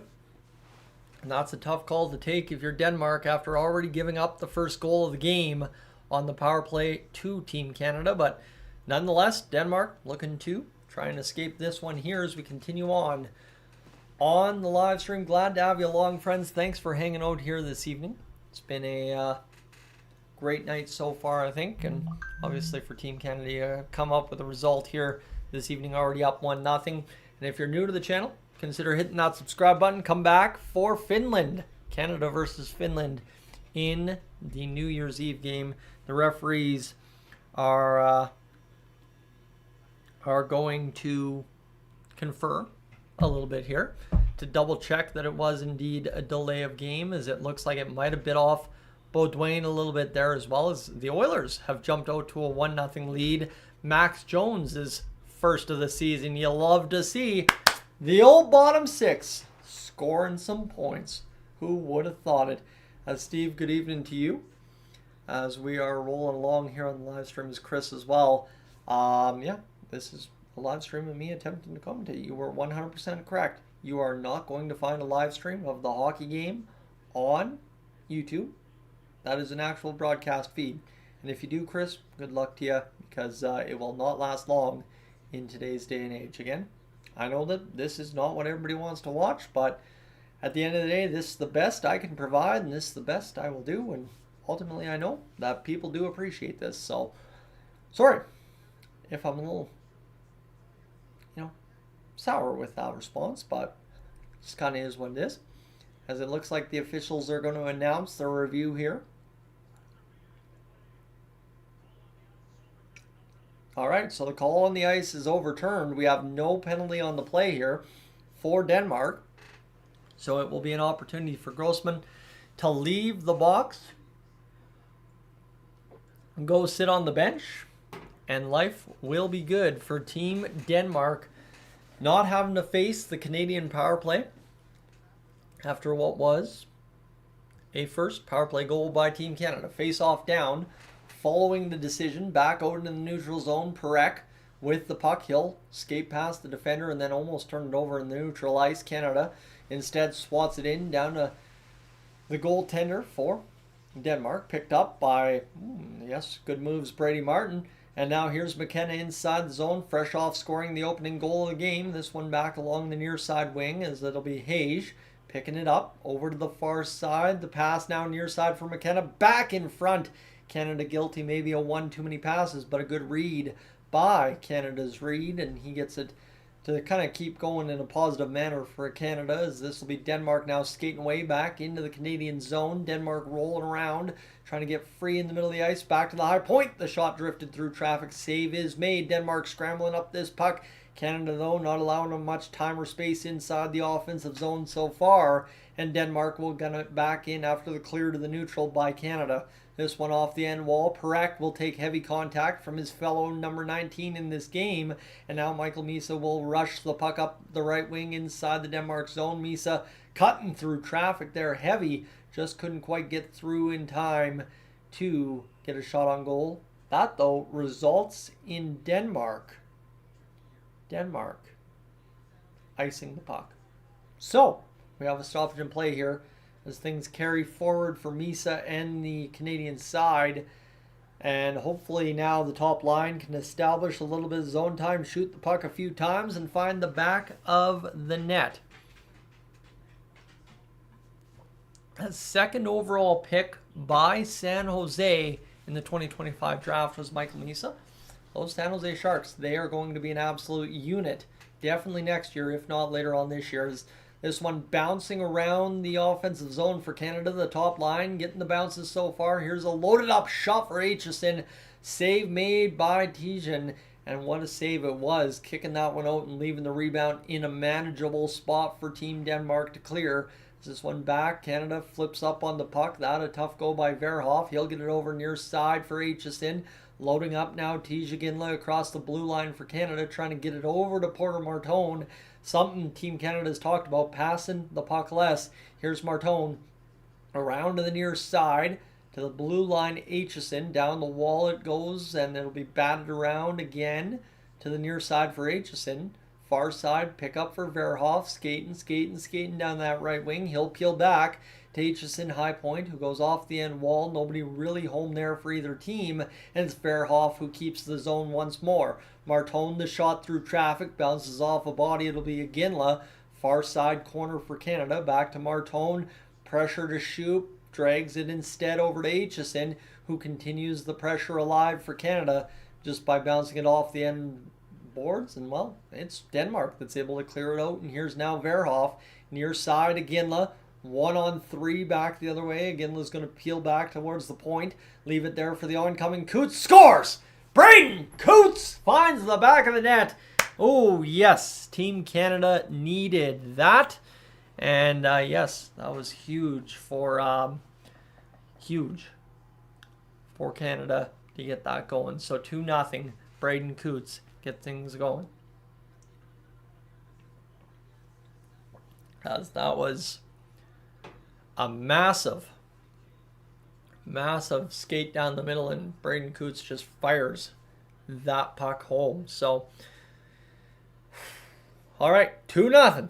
Canada's got this rolling. Canada's got it going, and we'll see if this holds up here this evening against a Denmark squad, which, you know what? Things started okay for them, and now it's starting to go a little sideways down by 2 goals midway in this first period. 11:24 to go, by the way, in this first period of play.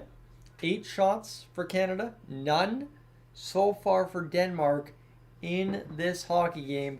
Face off at center ice for Reshny, Luchenko, and Coots. As Reshny will try and win this one back. Luchenko had tapped it there. Shot on by Denmark from outside the blue line. Hit Carter George. He played it well, and now here's Canada gunning it again up the near side boards. Luchenko going chasing along the end wall. He is not going to be able to come up with that puck, and it will be a stoppage in play for an icing call against Team Canada.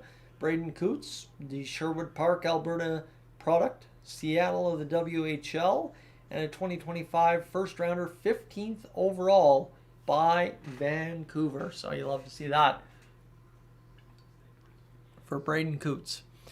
As Vaughn's going for Denmark there. I like it. Denmark's got 12% of 179 votes in terms of who's going to win this game. Now as well, Gianni, welcome aboard. Tuning in from the Philippines, cheering for Canada this evening. All right. Enough about the chat. Back to the hockey game here.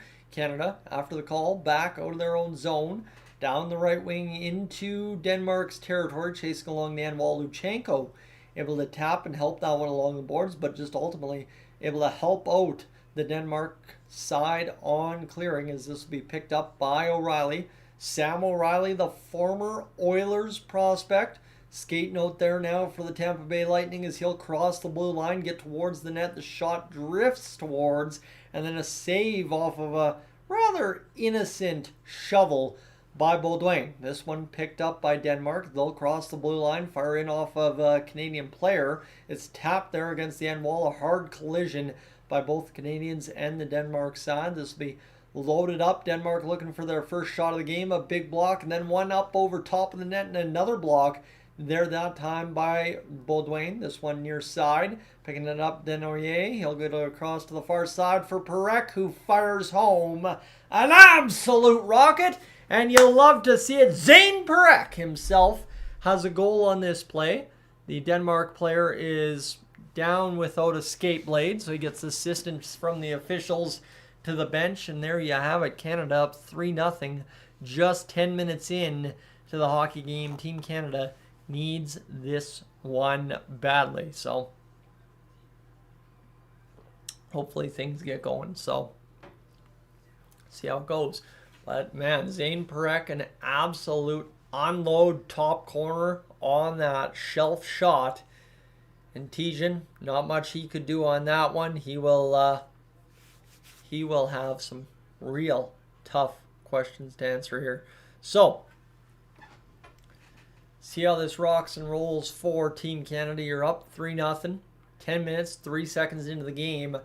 Obviously, I think from a biased standpoint, this game's already over, but stay tuned, see what happens. Here's Hayes passing to the middle there for Martin, far side of the crease.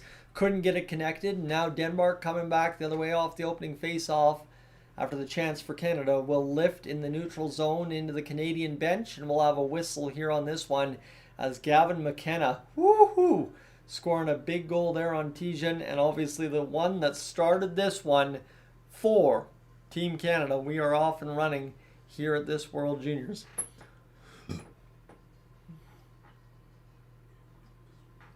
As yes, it is going to be fun to score some goals the rest of the way home tonight. Obviously, Canada's done a good job so far, and hopefully that continues as we carry on here, friends. Thanks for being aboard here on the channel tonight. Again, if you haven't already, hit that subscribe button. Would love to have you. Stay tuned full-time here on the channel for the Oilers coverage. For, of course, as well, possibly, some more Team Canada's New Year's Eve creeps closer in the quarterfinals and all that. And then, we'll just go from there as it rolls along here throughout towards the Olympics. So, quickly as we check the Edmonton Oilers, Max Jones, his first goal of the season. Jack Roslovic's 11th on the power play from, of all people, Uncle Rico and Matt Savoy. You'll love to see it. That's huge for the Edmonton Oilers side for sure. And the Oilers getting heavily outshot by the Winnipeg Jets, scoring 2 goals on 13 shots. So you'll love to see it. All right. See how this one rides out there for Steve, as the poor Denmark player without a skate blade. And then Zane Parekh with an absolute rocket of a shot. Canada with the sportsmanlike play this time, dropping the skate blade for the Denmark player. Parekh after scoring the goal. And here we go. Can Canada keep things going? Denmark officially credited with a shot on goal now from that blue line shot from distance. And now Hayes will take the face off for the Oilers, or for Team Canada. Cat's distracting me there. Team Canada's second line, you could call it the top line, but they do actually call it the second line for some reason. As McKenna bumped along the boards here, McKenna will try and fire this one out of traffic. He kind of just fires it into the midst of traffic, and it actually allows Canada an opportunity to grab the puck and get things going as this one comes back near side now for McKenna. He's going to try and tap this one free along the boards there. Nice play by Hayes. Gets it back to McKenzie.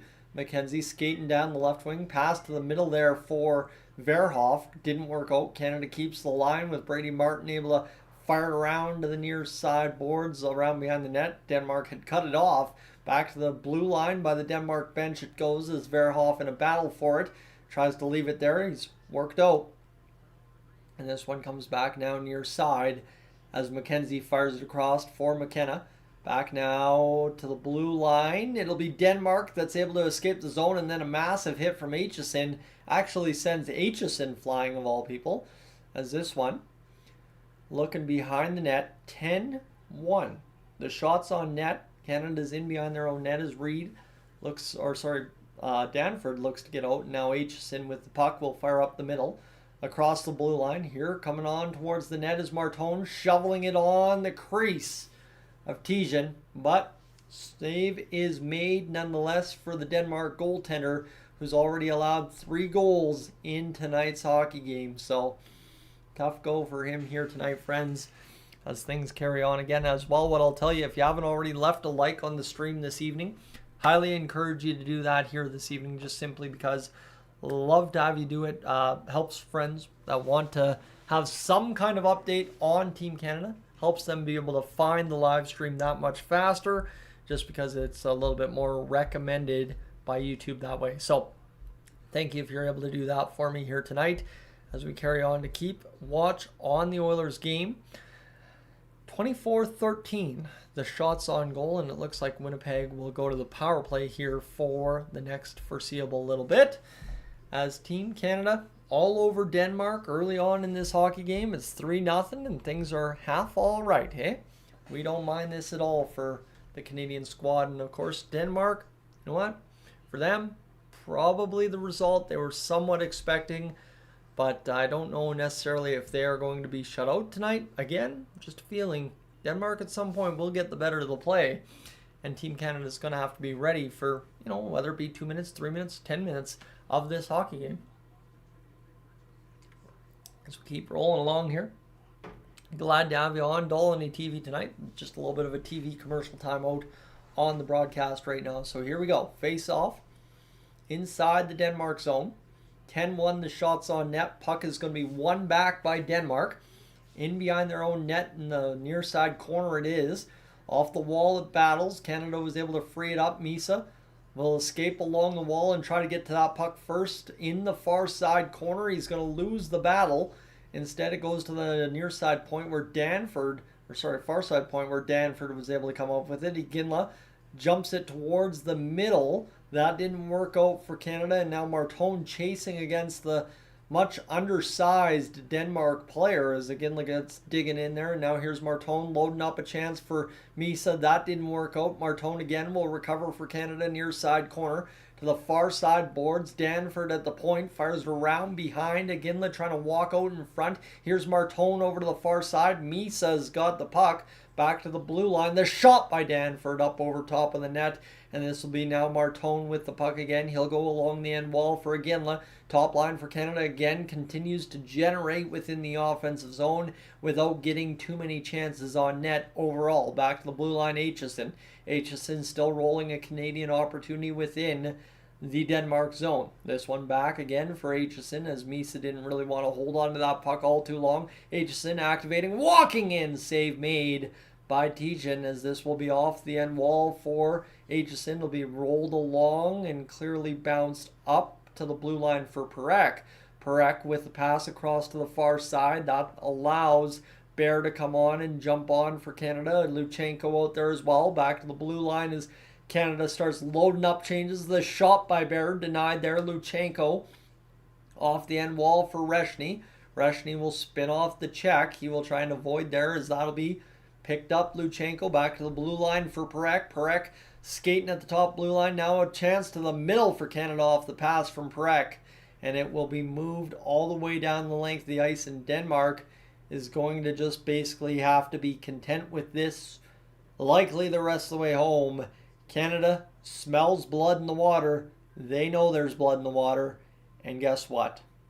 They're going for it. 12-1 the shots with 6 minutes to go. As, yeah, absolutely. We are looking good so far here in this one. As Gio, welcome in. Glad to have you along tonight, bud. Thanks for a great day at work. It was fun to be leaving at 3:30 today. As Luchenko from behind the Canadian offensive goal line there just kind of hauled the guy down. Perek skating at the top, trying to pass onto the backhand of Luchenko for a forehand flip into the back of the net. That didn't work out. Luchenko to the blue line now for Reed. It looks like Luchenko ate a high stick up top. It'll be Perek skating around, high zone. Perek still out-maneuvering his man. Perek towards the net already with a goal here. This one, the far side, picking it up. Reshny, middle of the ice. The shot for Team Canada. And there will be no high stick on the play for Denmark. So I thought, he had eaten a high stick. That does not turn out to be the case. And this one will be fired back into the neutral zone. Canada's knocked off the puck here by Denmark. Back now inside the Canadian zone. It'll be picked up by George. And, yeah, oh, I'm sorry. Gio, that sucks about the hiccups. Here's Brunick down the right wing inside the Canadian zone. Back now to the blue line. Baudouin gets it there. The shot loaded up for Denoyer. And he cannot get it through as this will be picked up by Denmark. They've got a miniature break on net. Connor McDavid move. Fired up over top of the net. Rebound in front. Goes wide just like that. Picking it up now, Brunick. Over to the near side. It'll be across the line. Loading up now Canada back on the attack. This one in behind trying to look for a puck. This will now roll to the near side point across. Now McKenzie. Brunick with the puck inside the Canadian offensive zone near the Denmark bench. Back over near side for McKenzie. Off a leg in front. Trying to recover it was O'Reilly. Denoyer with the puck. He will skate out from behind the net. The shot on the pass to Baudouin by O'Reilly is denied by Tijan once again of Denmark. And this Denmark goaltender is about the only reason it is not 20-0 on only 15 Canadian shots. As this one behind the net, picking it up, Gavin McKenna with the puck. He'll load up now across the line. Hayes for Canada. Hayes standing out at the top of the blue line. Side shake there at the side of the net. I think Brady Martin got involved with somebody at the side of the net and rolled off the net by the looks of what I caught out of the corner of my eye. Here comes Reed for Canada on the regroup. I think Denmark was able to clear that puck rather easily as this one goes across now for Reed on the far side boards. Denmark takes another one as Hayes' stick, snap there. It was Hage along the end wall. As this will load up, here's Gavin McKenna looking to pull out some magic. He pokes it to the front of the net, and now Brady Martin's going to go 3-on-1 against the Denmark side. He's got 3 guys draped on him, trying to get a piece of him for poking at the goaltender once again. So, tough go there. So, it is what it is. Laurie, welcome aboard. I'm glad to see you have family at the game. Glad to see some folks taking things in there for Canada and Denmark this evening. And Dylan, in terms of finding the game for free, friends, this is a common question as well. I know of nowhere you can find the game for free. I believe you can find the game on TSN. I think it's whatever, $12 a month subscription fee for just 1 month. They've run a special during the World Juniors, knowing they can get you to get that money to them, and they're pretty happy to give you the World Junior streams. Of course, that would get you the quarterfinals, that would get you the semis, that would get you New Year's Eve, and that would get you the finals. So if I'm right, it's $12.99 or whatever. It equates out to about $4 a hockey game. Money's tight. I understand that. Best I can do is this for you personally here on YouTube.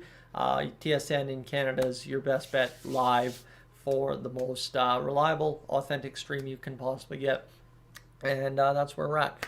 So the question from Aaron, friends, I think, as we know, the World Juniors, they return to Canada next year, Edmonton Red Deer.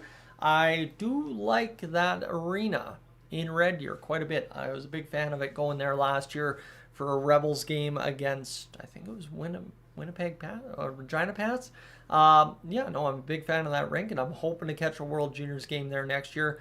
We'll see how that goes. Again, this is a big draw on the channel, but if that's where Group B is, Canada's in Group A, obviously, and we can kind of hang out at the Red Deer rink for an off day for Canada. That would be the ideal goal next year. So that's how I play that. All right, face off down inside the Denmark zone. We got 3.5 minutes to go here in the first period to play. 15-1. The shots on goal for Canada, as this one's going to battle off the wall. Denmark will rim around to the far side. Canada's quickly on that puck as Verhoff came right crashing down that right wing inside the Denmark zone to keep it alive. Here's Tisha Ginla with the puck. Ginla looking to make the play over near side for Reed. Reed will pivot move at the near side point. Leave it there for Verhoff, the creative, crafty, top prospect defenseman in the 2026 draft. As this will be Reed bouncing it off the rim around by Verhoff. Trying to get it on the end wall for Misa to come up with a puck. Ginla, Martone digging along in there as well, as this is Reed on his offhand, keeping it in backhand. Down low it goes into the middle of the slot. Martone has his first shot denied. He'll try a second one from distance. Denied again by another block of Denmark. Pass to the far side. Martone has it scoop up off his stick into the netting. And we have a stoppage in play here in this one. And Mikey V says Red Deer is a scary place. Well, you have to talk about the old Red Deer crime report. Again, not one of the safest cities in Canada, that's for sure. As that was just a tough go there for Martone, who had it flip up off the top of his stick. As Keaton Verhoff ranked 3rd in the draft this year by TSN. Kicked back off the draw by Canada. 2:21 to go. We will redo the draw one more time here. Well, Mikey V hanging out here in the chat, and obviously getting ready to hang out with all you here live on camera on the couch in Crossfield. You betcha, Wednesday night for the New Year's Eve game. He might not be there all game. We got a party to get to, and I'll get there late, but he doesn't want to get there late.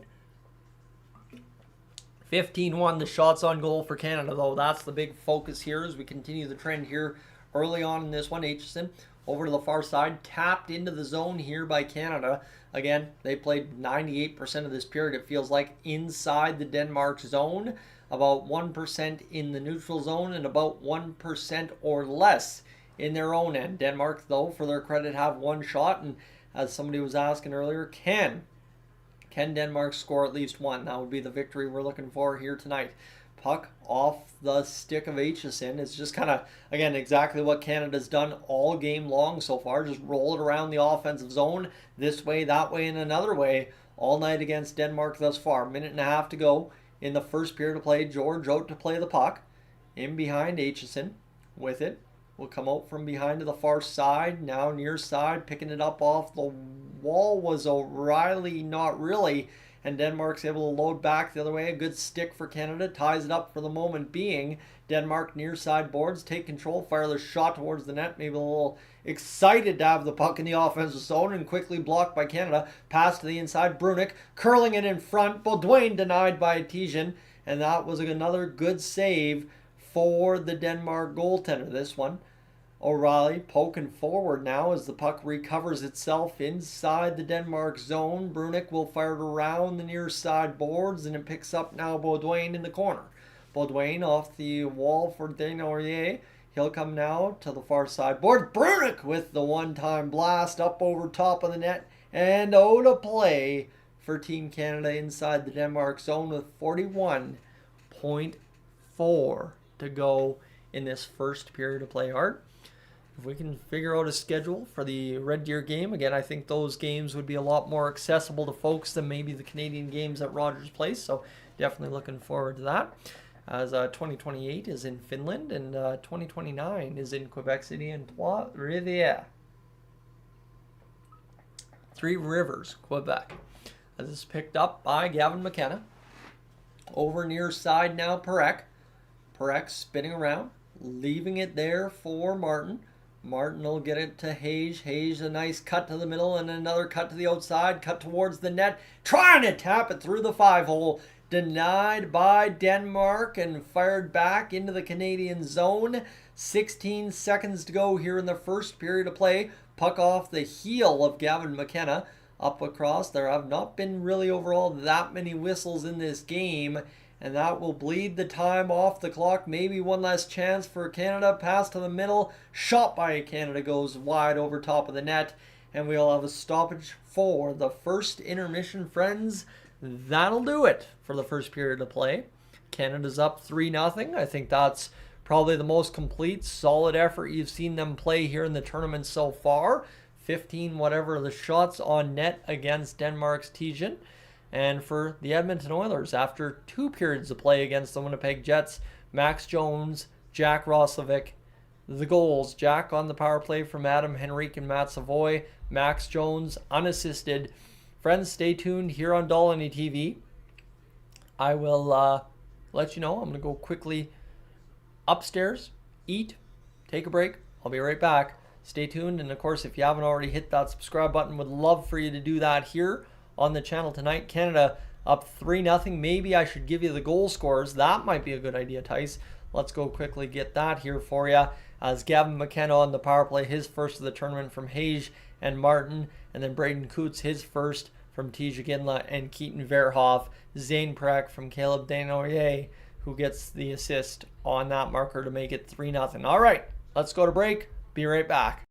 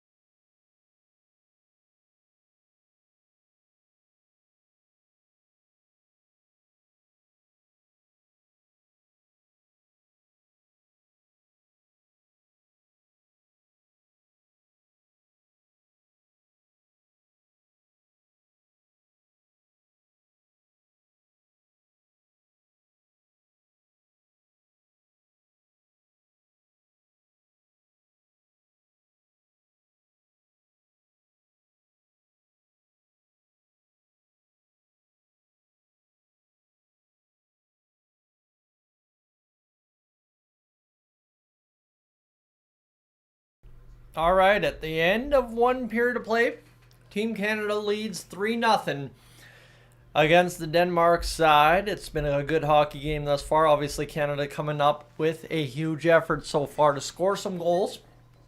Really, one of the most explosive periods of hockey so far for this one. So, that's good. That's really good news for us, so we like that. And obviously now we have to remain to see how things roll out for what should be the second and third period of dominance for Team Canada. That's ultimately what it comes down to. So, friends, for those of you looking for a link to the game, I do not know of one. I do not think there's one out there. Again, you'll want to go to tsn.ca and possibly buy the 1-month membership if you're within Canada. That's the key. You got to be within Canada.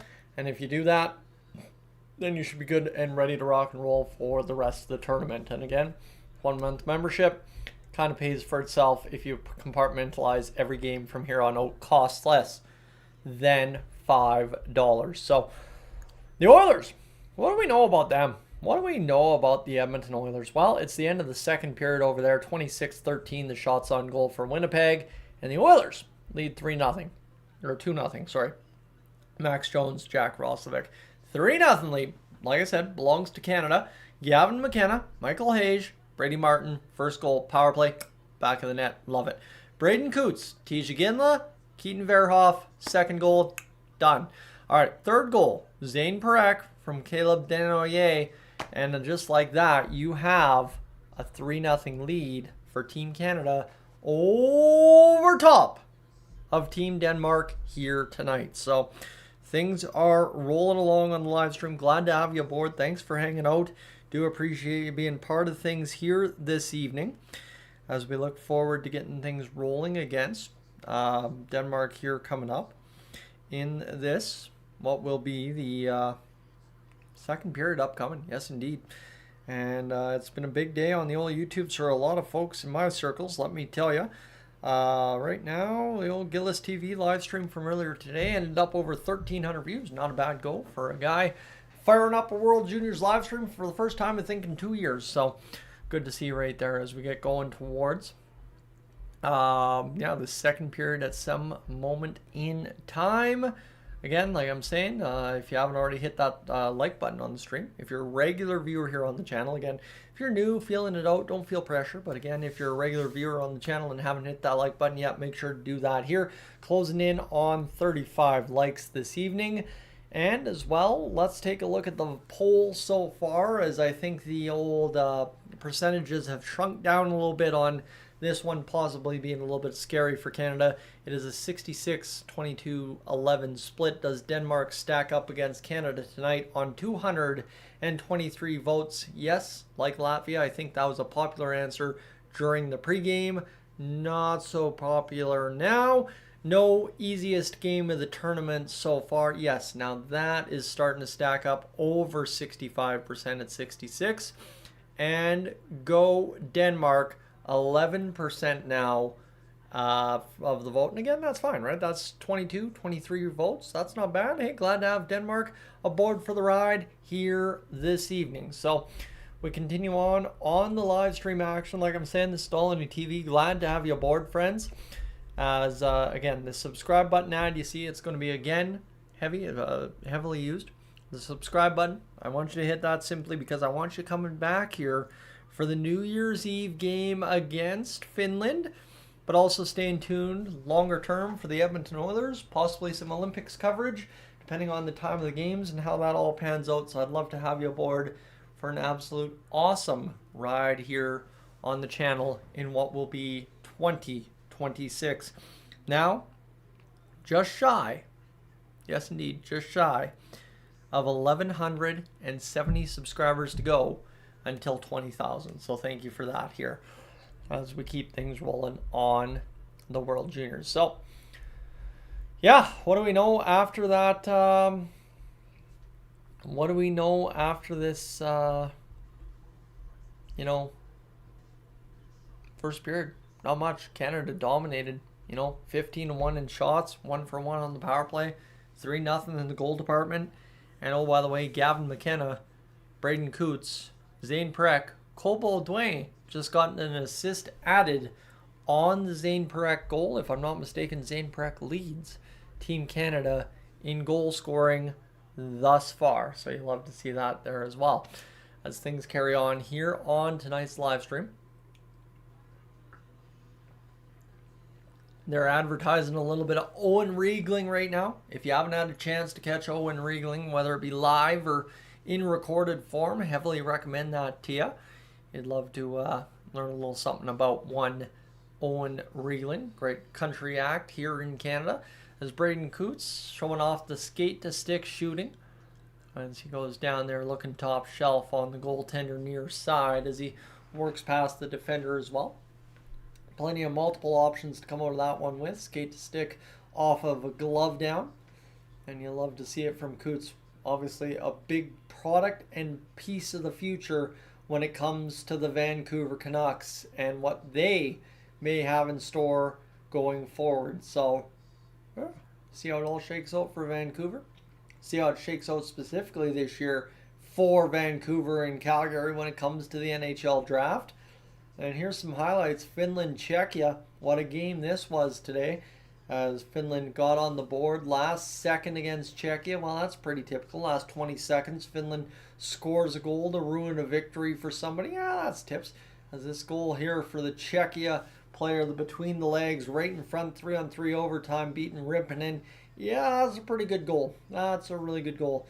And Juracek, the game-winning goal for Czechia, who improved to 2-0-1. Technically 1-1, 0-1. Finland's 2-0-1 with 7 points. And then you got Canada with 1 win, 1 overtime win, and no losses on the ledger, looking to grab first place here tonight at the World Juniors. So stay tuned to see if that one happens as we go along this evening. Sweden and Germany. This one's a big matchup as well for Sweden as the shot there ends up scoring them the goal. And I feel like Sweden piled up goals in this game. I think the final was, 6-1, I think I read right. And actually 8-1 is how it finished, as Frondell had 3 goals in this one today. And Slovakia versus the States. Here's the highlights I came to see. As the States, well, they're obviously trying to keep their tournament alive. And ultimately in the dying seconds of that second period, able to make it 4-4. And then they end up making it 5-4 and end up the game goes 6-5. Hagen's got 2 goals to end the game there.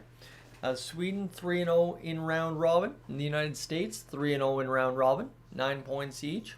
Slovakia versus everybody else with 3 points. Switzerland with 2 losses. Germany with 3 losses. And now it comes down to how does this shake out as States and Sweden have to play on New Year's Eve. So we have some good matchups on New Year's Eve, that is for sure.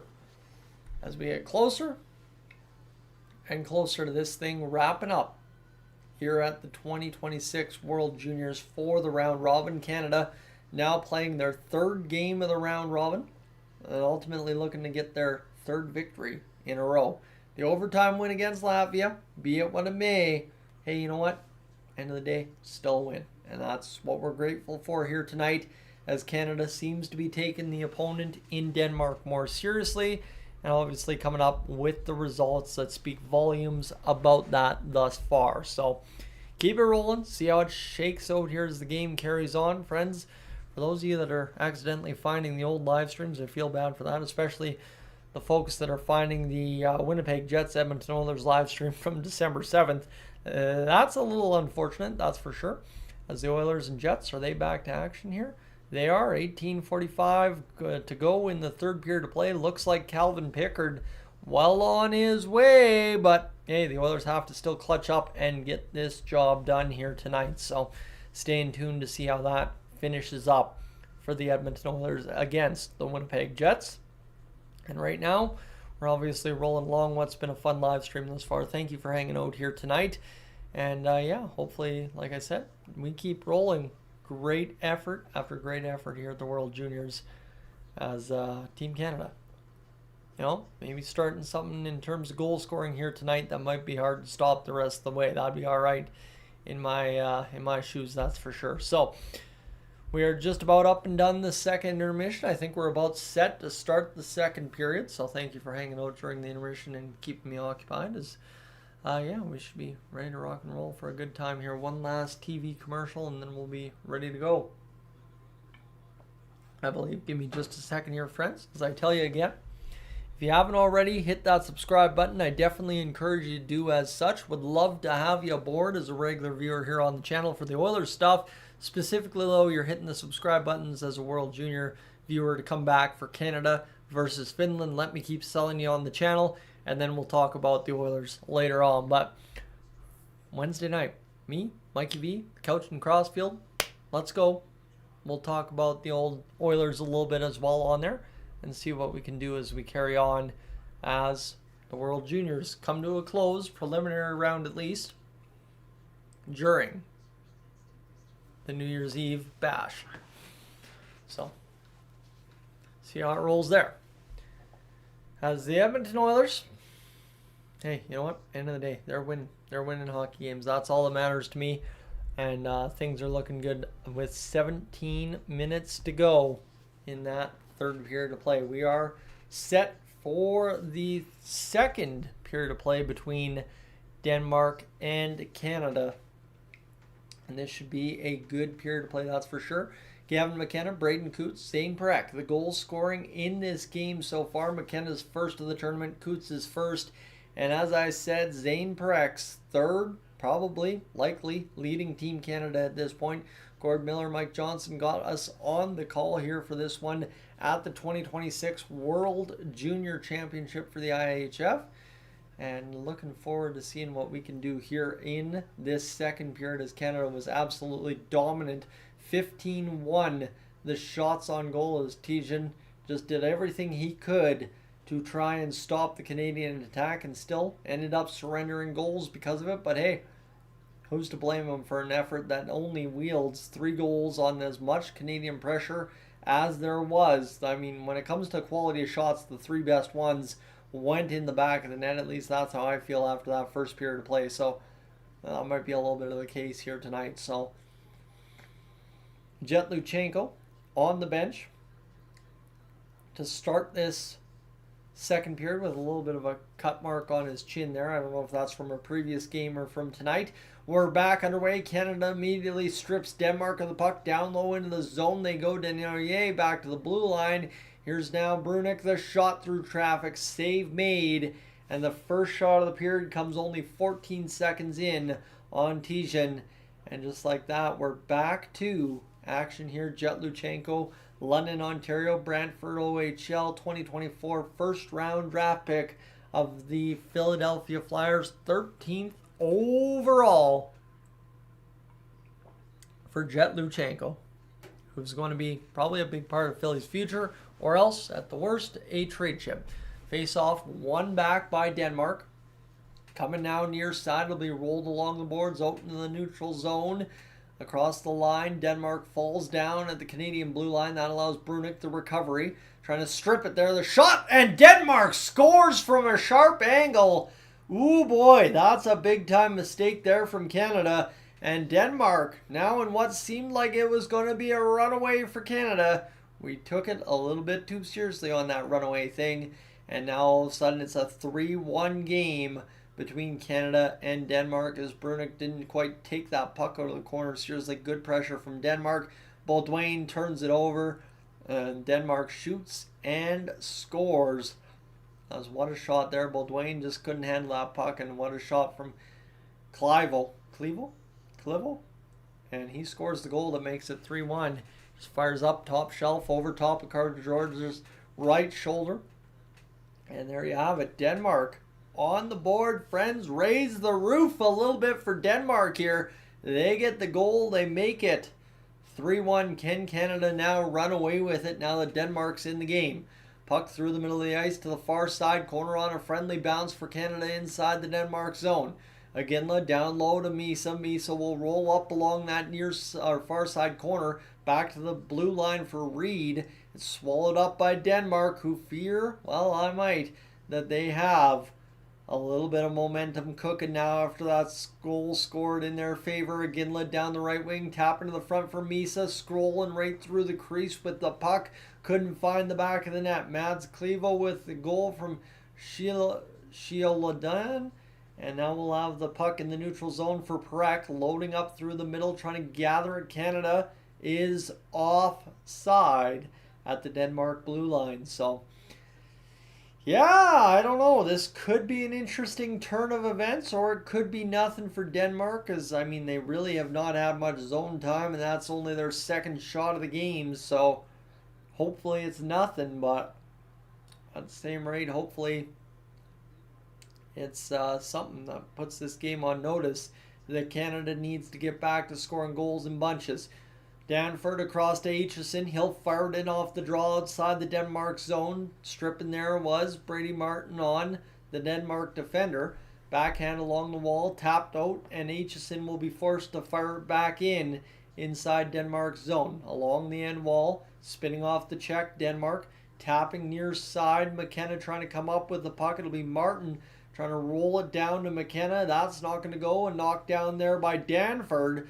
Will get the puck tied up against the Denmark side. It'll be worked out into the neutral zone. Here now is an opportunity for Aitchison. Aitchison will guide it around to the far side for Danford. Danford still on the ice here for Canada. He'll throw it up to the far side boards for Hage. Hage sees it worked back into the neutral by Denmark. Tapped along and thrown back inside the Canadian end. George out to play the puck. He's played it a few times this game.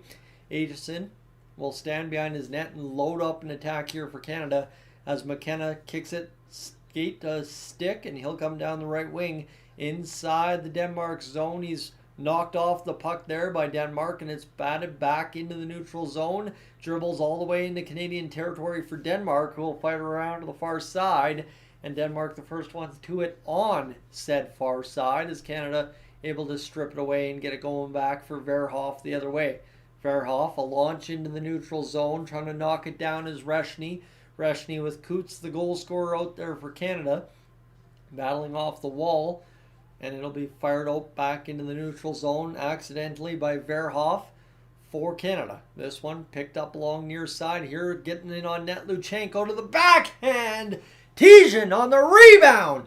2, 3, count 'em denials on the Canadian attack there, led by Luchenko on the rush in. Denmark now with a little bit of belief on the shot saved. Flip up on the puck, near side point. Denmark will tap it off a Canadian stick of Luchenko down behind the net. Not a nice, nifty, calm, poised play by Verhoff. Gets it over in the neutral zone. Reshny with a little chip. And the fourth line will go off for a change as Canada piles up another couple of shots on net against Tijan. As this will be worked back by Denmark to the Canadian blue line. Loaded up there, Perek near side along the right wing for O'Reilly. O'Reilly towards the middle of the ice looking for the double pass, and then the slap home there, I believe, by Baudouin, who just ate a stick up high. This one, now penalty against Denmark. That's questionable for them, as obviously Canada already won one on the PP. This one picking it up inside the Canadian zone. Loading up Porter Martone in behind his own empty net. Canada did put a puck into their own empty net here in this tournament in the pre-tournament portion, as Canada just can't seem to get out of their end as Denmark continues to pressure. This one, Aitchison in behind his own net, and Denmark's trying to force the mistake by Canada up along the wall as the power play continues to loom for Denmark. This one, a shot off from distance, goes wide of the net, and Canada will once again pick it up inside their own zone. We've almost gone to the 5-minute mark of this period, and about a minute straight without a penalty being called here, despite the arm up. Here's Misa loading into the zone. The shot fired, and Denmark finally touches the puck with 15:15 to go. In the second period of play, we'll have a stoppage in play, and Denmark will go shorthanded. It looks like it's going to be a 4-minute double high stick and minor. So there you have it. Denmark facing a tough task here against the Canadian attack. By the way, Winnipeg are now on 32 shots, has cut the Oilers' lead to 2-1. Denmark takes penalty. Captain Adam Lowry for the Winnipeg Jets cutting the lead for the Edmonton Oilers. Interesting. We'll roll here now for a very, very important 4-minute power play for Canada, as I think they're going to have to scrape the ice a little bit to get the blood off. The referees are going to converge here. Everybody's set to talk this one over one more time.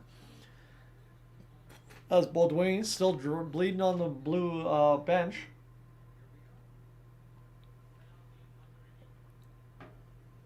And the play is under review. To see if Baudouin caught himself with his own stick. So Denmark, possibly 2 reviews to cancel out penalties here. As, I mean, Baudouin did get himself with his own stick. That much is for sure. And yeah, there you have it. Baudouin got himself with his own stick, so it'll be no penalty against Denmark. And that is 6 minutes worth of penalties wiped off the board for Denmark in this game. The referees getting the call right. Yes, indeed, you love to see it. And you wish the NHL did that a few more times a year, as things are looking good here for Canada now to get back to 5-on-5 and continue the dominance against the Denmark side. Not a bad go. Here's obviously Denmark continuing to keep it 5-on-5 via the referees, and I'm not complaining. Hey man, I want Canada to beat this one straight up. Don't keep going to the power play to win. This one off the draw. Denmark is able to get it out into the neutral zone. That said, it touches nothing on its way through. It goes all the way to the Canadian goal line for an icing call against the Denmark squad.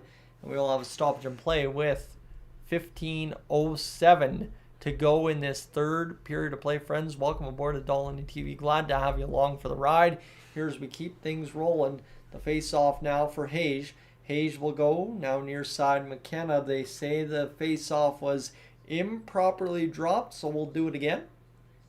One more time. And we'll see how this goes.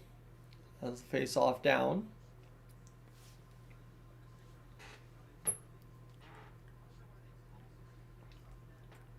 Officially this time inside the Denmark zone. Gavin McKenna steals the puck away. He's going to fake the Michigan and get a quick response from the Denmark side on that. They were very quick to try and defend that as Reed pushes it around to the far side. Denmark, first ones to meet it there. They'll push up the wall. Turned over there to Zane Prek. Zane Prek skating, shooting, firing, blocked.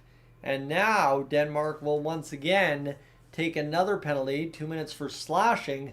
And it looks like this time, truly, Denmark will go to the penalty box. And this one will not be overturned for Denmark.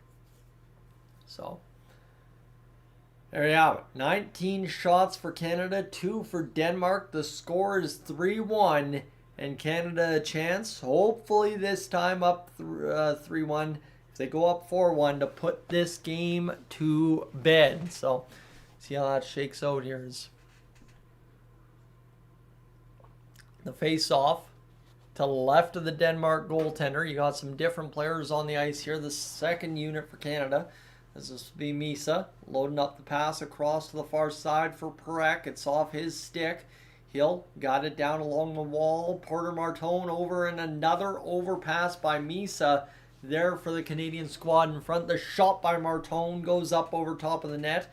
Picking it up, Perek guides it through traffic. Turnover to Luchenko, who again, instead of firing it, decides to first pass the puck, and it's a turnover to Denmark, who got it out into the neutral zone. Canada regrouping quickly. Across the blue line, Perek tries not to turn that puck over. Misa's able to got it back inside the zone, and here now Luchenko will work off the wall to the middle of the ice for Martone, loading up Perek. Perek over to Martone on the far side dot, down low side of the net. There's Misa back to the blue line. Perek over to Martone. The shot, captain scores, and Canada has taken a 4-1 lead over top of Denmark here again on the power play. So there you have it. Big time goal for Team Canada. And now, Par's asking if Denmark will score another goal. I don't know. Question remains, will they get another shot? Because they only have 2 so far, and if Canada doesn't allow another shot, obviously not. But that will be a question for Denmark to answer here shortly, as I'm sure they will get another opportunity inside the Canadian zone sometime this period before things run out. How's that Oilers game doing, by the way? 2-1 with 9:53 to go in the third period. Friends, thank you for being aboard here on Dolynny TV tonight. Face off, back down near side boards, Danford. We'll pass it over to the far side, poked out there by Aitchison. Now loading up near side Canada across the blue line. Martin with the puck. He'll go back to the blue line, but Denmark's going to turn it over and come up, and that looks like it'll be a tripping call against Martin as Bundergaard went down, and we will have a power play for Denmark to look to cut the lead to 2 once again. We'll see how it goes, as that's a tough tap on the skates there by Martin. Hauls the man down nonetheless. And this means they'll come inside the Canadian zone. Friends, again, right now, a chance for you to possibly hit that subscribe button for me if you could. That'd be absolutely fantastic. Would love to have you as a regular viewer here on the channel, but also as, you know, somebody who comes back for, you betcha, the game against Finland on New Year's Eve. So definitely, if you could hit that subscribe button, that'd be great. And of course, as well, if you want to hit that like button on the stream, that just helps people find it that much easier. We're going towards now 40 likes on this evening's stream. So thank you, appreciate it. Again, closing in on 20,000 subscribers here on Dolynny TV as well. That's the other key factor here. Yeah, things are just starting to rock and roll on the channel now, and hopefully we get towards what we're looking for by probably about the Olympics, I would figure, as we're up to 18,832 subscribers here on the channel. So within the last, 1,170-ish subscribers to go. Braxton Ver, welcome aboard. Glad to have you friends along for the ride here tonight. It's Team Canada, obviously guilty on that tripping call for the penalty to Martin, and now Canada just needs to try and maybe score a shorthanded goal here. I don't know, something of the like would be absolutely awesome if they could. 2-minute power play for Canada with 20 shots on goal, 2 shots for Denmark so far. Denmark has a goal in this game. Brady Martin's in the box, like I said, for tripping. 13:32 to go. The face-off to the right of Carter George. One back by Denmark. It'll be back to the blue line now. Clivo with the puck near side. He'll go over to the blue line again for Jacobson. Now this one, Clivo down low to the near side of the net. Denmark controlling. It'll be flipped out by Canada. Down the length of the ice, out to play it is Tejan. Tejan to Jacobson. Jacobson picking up this puck to the far side boards as Denmark tries to load up the power play here across the line with some ease there for Canada, as they just allowed the entry for Denmark. No real hits along the wall. Denmark sets up the shot through traffic. George, the third shot of the game, is his second save, and a big one for Canada as it keeps Denmark off the board on the power play. 37 seconds in. Here's things continue to roll on the power play for Denmark. Obviously, Canada now up to 20 shots on goal so far in this game, so they've been heavily shooting the puck, but still no results yet for the offense really in the second period outside of the power play goal. Pokin to the blue line. Luchenko trying to find support. He's got the puck free in the neutral zone. He'll fire to the far side. Reshny comes towards the aid of the Denmark side, trying to put a little bit of pressure on the exit of the zone by Denmark. Across the center ice line, Denmark now into the Canadian territory. McKenzie watches this puck come into the near side corner, picking it up Breshny will leave it there for McKenzie, and it'll be tipped out in the neutral zone, and now Luchenko's away with it. Luchenko, another chance on net, sticked away by the Denmark squad, and it'll be worked back into the Canadian territory. George out to play the puck. He'll fire it down the length of the ice and go for a shot on goal himself. Heck, why not?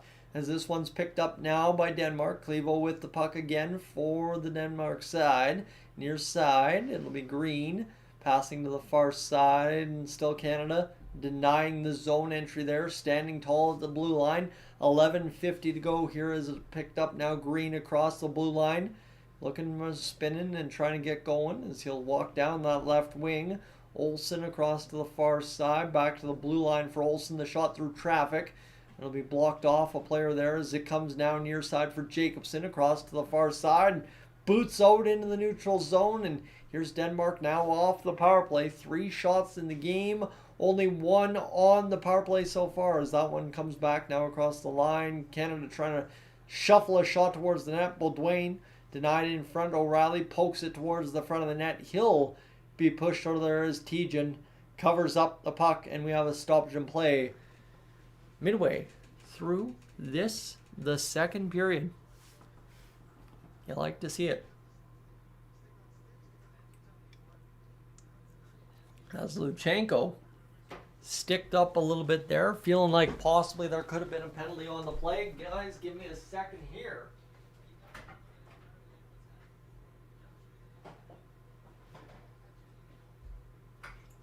And I just grabbed myself an iced tea as Denmark able to fire it out into the neutral zone, into the far side. Face-off dot in front of the Denmark bench. It goes. They clear it out of play with 11 minutes remaining here in this second period. Playing again for friends. Anyone that doesn't believe I'm not drinking, there's the drink of choice for you tonight, a Fuse iced tea. As we get things rolling, like I said, towards the middle of this,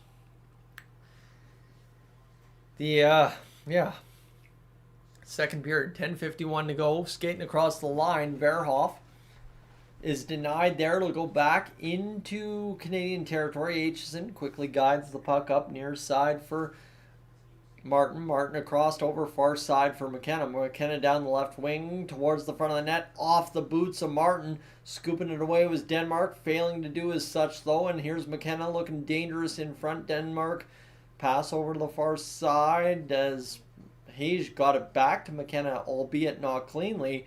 And here's McKenna towards the front of the net for Martin. It bounces up a few times. Canada still with the puck. Verhoff back to the blue line as it'll be a shot rifled through traffic. Verhoff able to keep it alive one more time.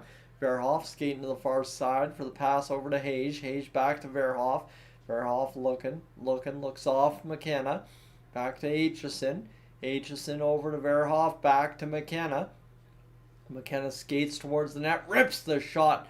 Traffic in front. It dies somewhere in the pile. And it's thrown out of play by Denmark once again. And it will be a penalty on the play to Denmark. A 2-minute power play upcoming for Canada, in which they have already scored 2 in this hockey game. So Denmark hot in terms of taking penalties. Canada hot in terms of capitalizing on it. So that's just kind of where we find ourselves right now, friends. Thank you for being aboard here on the stream this evening. Appreciate you hanging out. We're just on a commercial break as we go to telling you right now, if you want to come back for the New Year's Eve matchup, love to have you hit that subscribe button. I know for some of you this is probably getting repetitive at this point. I do apologize. Just I know we turnstile about 75 to 80 people a minute on these live streams, so it's kind of par for the course, I guess you could say, that I do have to repeat myself little by little as the stream goes on. So rolling what's going to be an absolutely fun finish to this hockey game right now. You know, it's kind of an alright game so far. 4-1. It's been pretty good out of Canada, I think. They've scored 4 goals. Can't complain about that. Second highest output of the tournament. Should be able to score goal number 5 here of the game, if all goes according to plan, on this upcoming power play for the Canadian squad. So, see how it shakes out here in a matter of moments. The Power play now for Canada as we're just waiting for things to get settled. Tristan Peterson, the delay of game penalty there for Denmark. We'll have this one to face off for Luchenko, the second unit on the ice here. 2 for 2, 2 shots on goal for the Canadian power play so far. A completely perfect night thus far. Puck is, however, fired off the face-off down to George. Picking it up is Perek inside his own territory. He'll skate forward over to the far side. Misa across the line now for Iginla. Iginla, the shot towards the net. He's cross-checked away from the puck, and this will be rolled up for Martone. Picking it up Iginla over near side. Misa behind the net, couldn't get it. He chases it though, and with the help of Luchenko, he comes up with it. Back to the blue line, Perek. Over for Martone. Martone looking now, picking it up. Perek over to Misa, loading up Martone one more time. Martone scored the most recent goal for Canada, as this will be loading up again. Luchenko over to Misa, back to the blue line for Perek, over to Luchenko once more. Now in the far side corner, Martone, the Canadian power play, kind of resets inside of the zone, inside that near side corner. Back to Perek at the blue line. He just cannot handle it. And now Perek will dipsy-doodle with the puck and lose his footing inside his own zone. Loading up through the neutral. Canada trying to get things going again. Perek off a skate, and that'll allow Brady Martin the chance to come with it, as they have to be careful about making a mistake here. Here's across the line Iginla. Iginla leaves it for McKenna. Can't get it going cleanly. 8:22 to go in the second period of play. Martin picking this puck up. Turned over to Denmark. Fired down the length of the ice. And so far, the Denmark penalty kill doing a good job here with 20 seconds remaining. Canada so far scoreless on the power play. Across the line, Hage over to McKenna. The shot absolutely rifled, but it's denied there by Tejan once more. He's now got, 18 saves in this game. Canada, one last gasp on the power play. The shot loaded up towards the net. The rebound. Here's McKenna. The shot through traffic. Denied in front, and that will knock Canada off the power play. Scoreless there. McKenna pass in front to the back of the net.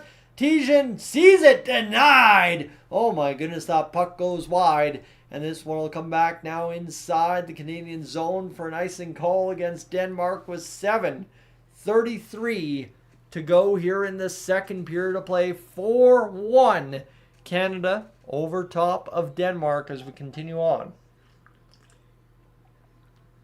It's been a fun one thus far, that's for sure. As Brady Martin at the side of the net just could not, off the skates of Kramer, tap it home on Tejan. And Canada remains up 4-1 against Denmark as it currently sits. McKenna, a little bit frustrated. 4-1 with 7:33 to go as the puck will be won back by the Denmark side. They'll flip up off the wall as Denmark out in the middle of the ice. Here coming back the other way. Denmark is going to take a big hit, trying to get into the Canadian zone. This one across to the far side. It comes now back, as that'll be O'Reilly over to the far side for Desnoyers. As it'll be along the wall. O'Reilly takes the puck. He'll fire the puck. Tejan will cover the puck. And we'll have a stoppage and play with 7:06 to go. That not really a dangerous chance, but a quick snapshot by O'Reilly. Tries to turn it in to such. As that one still cannot believe how that didn't go in. Martin off the line. It's cleared by Reshny accidentally. Kind of deal crashing in there trying to score that goal. And with 21-3, the shots on net. Tejan is having himself a heck of a game. Working awards, earning player of the game honors here tonight for Denmark. So face off, one back by Canada. Bear out there with Luchenko and Coots, who broke his stick. As Bear will go along the wall, trying to poke it free for Coots. This one back near side. Aitchison trying to knock it down. Fired back down low inside the Denmark zone. Rolled around the far side wall. Fired back to the near side as the puck, the Canadians have used the end wall heavily in this hockey game so far. 6:40 to go as the shot by Danford. Save made. Tejan doesn't know where it is. Puck's loose in the crease, still loose. And Tejan will ultimately, finally, cover up that puck for Denmark here with 6:32 to go in the second period of play. Danford with a heck of a shot there. Just kind of fluttered it in there, that's for sure. Corey, welcome into the live stream. Glad to have you along for the ride. The Oilers on the update. Tuned in here trying to keep up with the World Juniors while watching the Oilers. The Oilers are up 2-1 with about 2 minutes to go against the Jets. Calvin Pickard at risk of winning a heck of a hockey game here this evening for the Oilers. Is this one to the near side? Picking it up, Brunick can't keep that going. A nice play by Martone, gave it second life. Didn't work out either way. And here's Iginla playing it back for Reed. Reed over to Brunick. To the far side, it loads up. Here's now Misa. Misa in on zone, and oh my goodness, Tijan with the save of the game, a glove hander on Tija Iginla, and that, my friends, has to be probably one of the best saves of the tournament thus far. And I think Iginla's going over to talk to the referee to say, do you think that was maybe in? But Tijan, an absolute robbery there on Tija Iginla as he slips through there and stops that puck outside of the post. So I don't think Iginla's got an argument at all. It's Tijan a big time save, and we'll have the face off to the left of Tijan. This one won by Denmark, kind of just dies there though for a second. And ultimately it is Denmark able to start away with it, trying to gun up through the middle and get past Reed of the defense of Canada. That didn't work so well behind the net now. Denmark, though, with the puck to the far side. Shot from the dot. Doesn't come through, and it's off the end wall as Brunick leaves it. And this will be picked up by Misa. Misa into the middle of the ice. Now loading up. Martone taps it into the neutral zone and all the way down into the Denmark end. Luchenko with the puck. Across to the far side, trying to find Hage. Coming on in a hurry. Hage flips up on that puck. He'll be forced to reset this as Hage will roll around the neutral and pick up there for Martone, completing the line change alongside Iginla. This one behind the net for Denmark. They're able to clear out into the neutral zone. Verhoff stops him right there. Picking it up now, Martin. Martin in on net. The shot save made by the goaltender, Tijan, as it's McKenna. Back to the far side point, looking for McKenzie. McKenzie's got to find the will to shoot again here this game at some point as McKenna fires it home. It is 5-1. And yes, indeed, you'll love to see it as Gavin McKenna shows off that wicked release from the ice. And away you go. It's a 5-1 lead for Canada.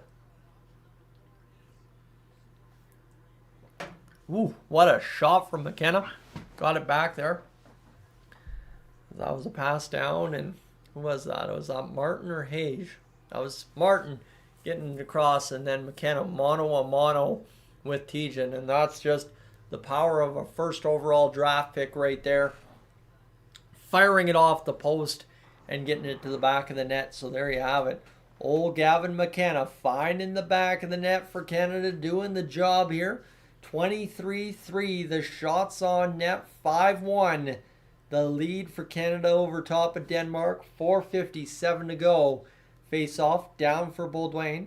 Near side, Verhoff. Verhoff will get it across over to O'Reilly. This one up along the wall. Baudouin will come up with it inside the territory of the Denmark side. So to the far side boards, McKenzie, who just helped factor in on that goal with a couple of puck touches.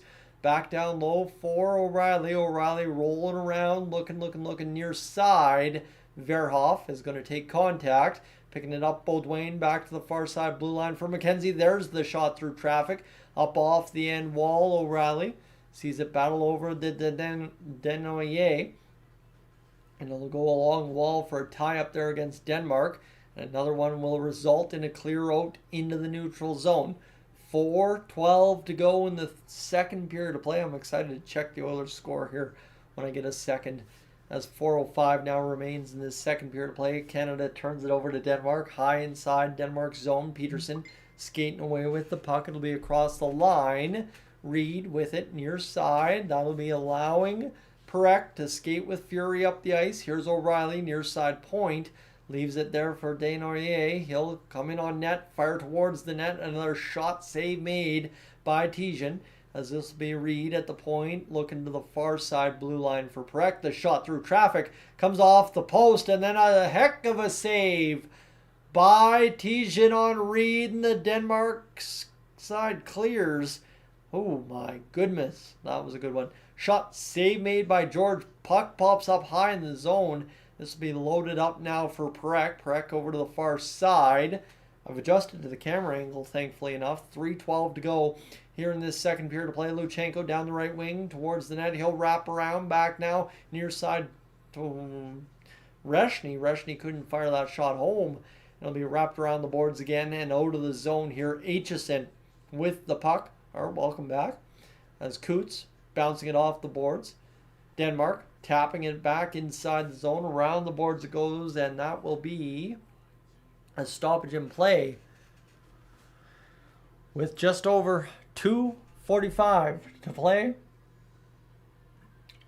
in the second period to play. What do we got for that Oilers score? Did the Oilers win? Yes, they did. Hit the empty net by the looks of it on the Winnipeg Jets. Winnipeg shoots 42 pucks on net.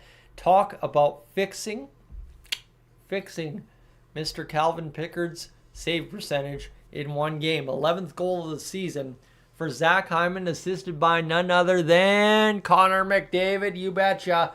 And he keeps the point streak alive. You knew he had to. You knew he would. And I wanted to see what that box score says about Calvin Pickard tonight, because I imagine it is absolutely insane. How about a .976 save percentage in the game for Picks? Yeah, gotta be kidding me. That is absolutely unreal out of Picks. And a huge effort as to why the Oilers won that game.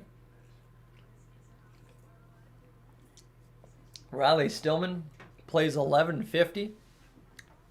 Spencer Stajny, an even 0 in a 21-minute game. You'll love to see it there.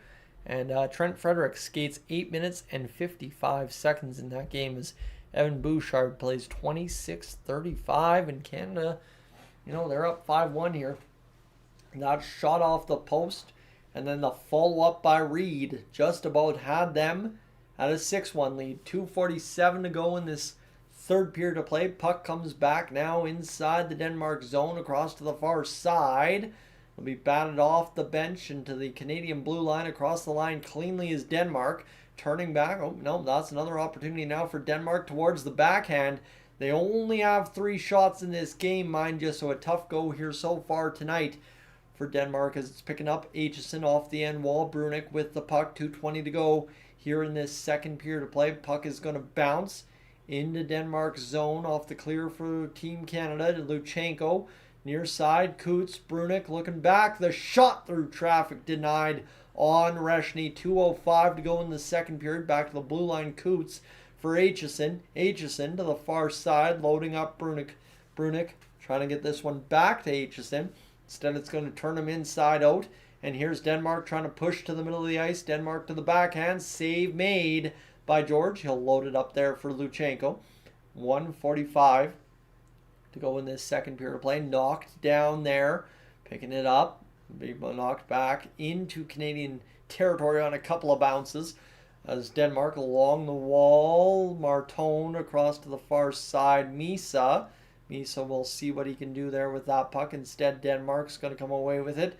Over to the far side. The shot, the block in front by Aitchison. And then a nifty move there by Martone. In on net. Denmark trying to get there. A good stick by Coots.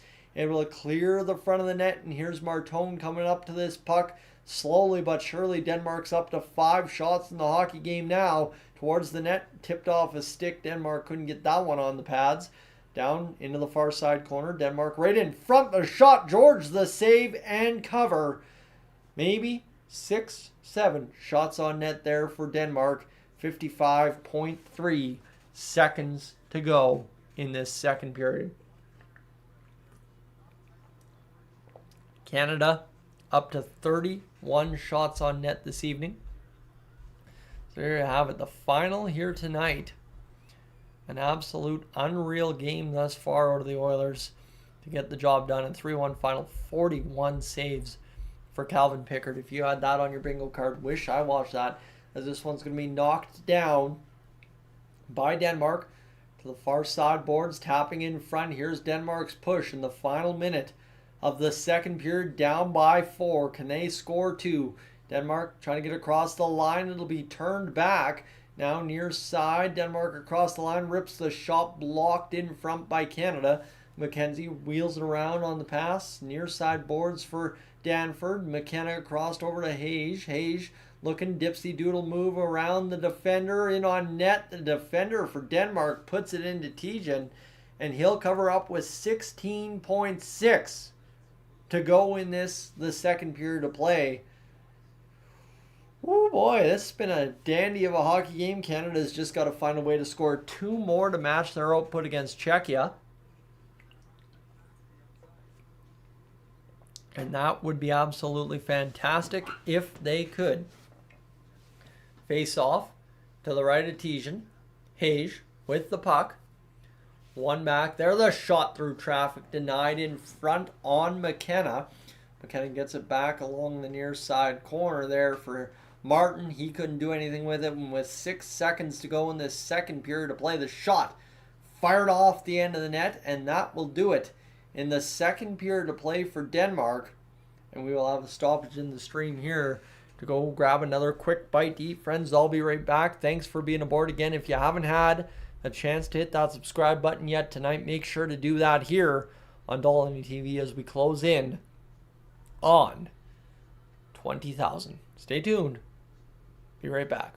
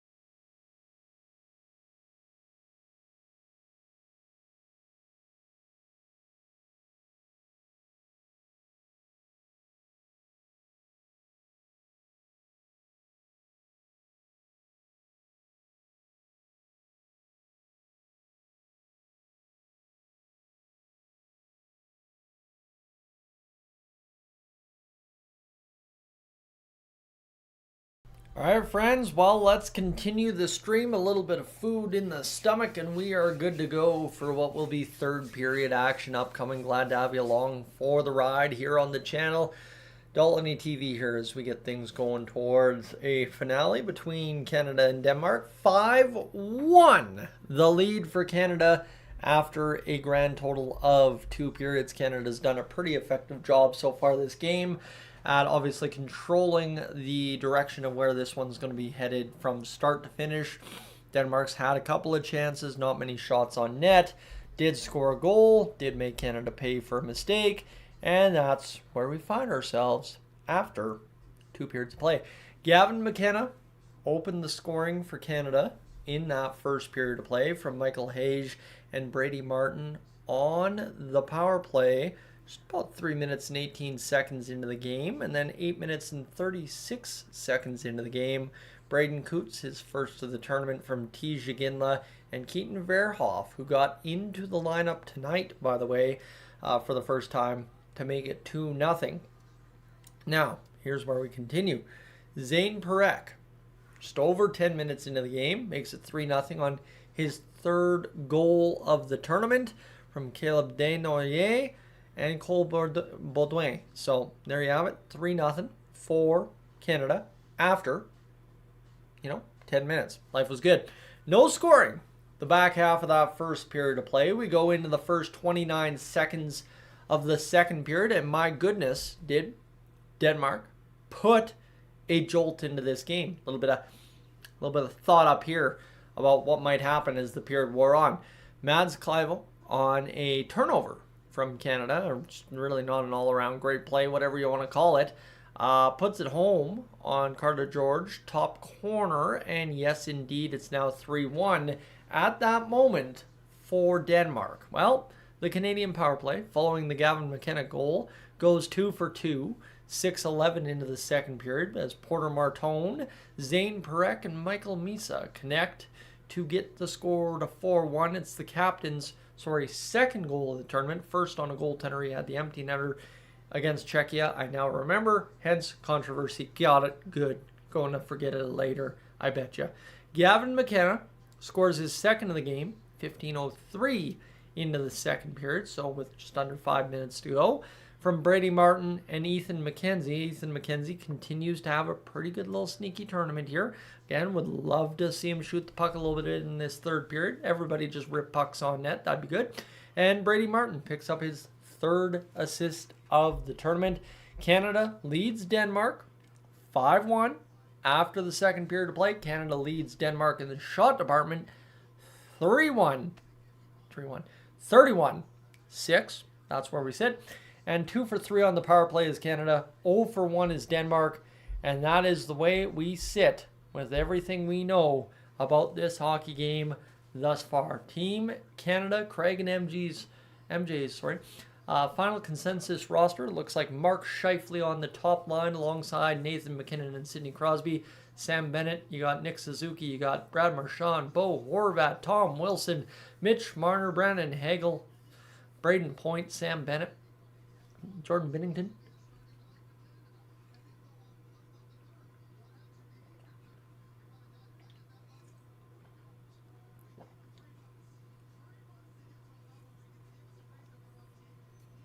Where's that roster? Give me that roster. I didn't look at things all good.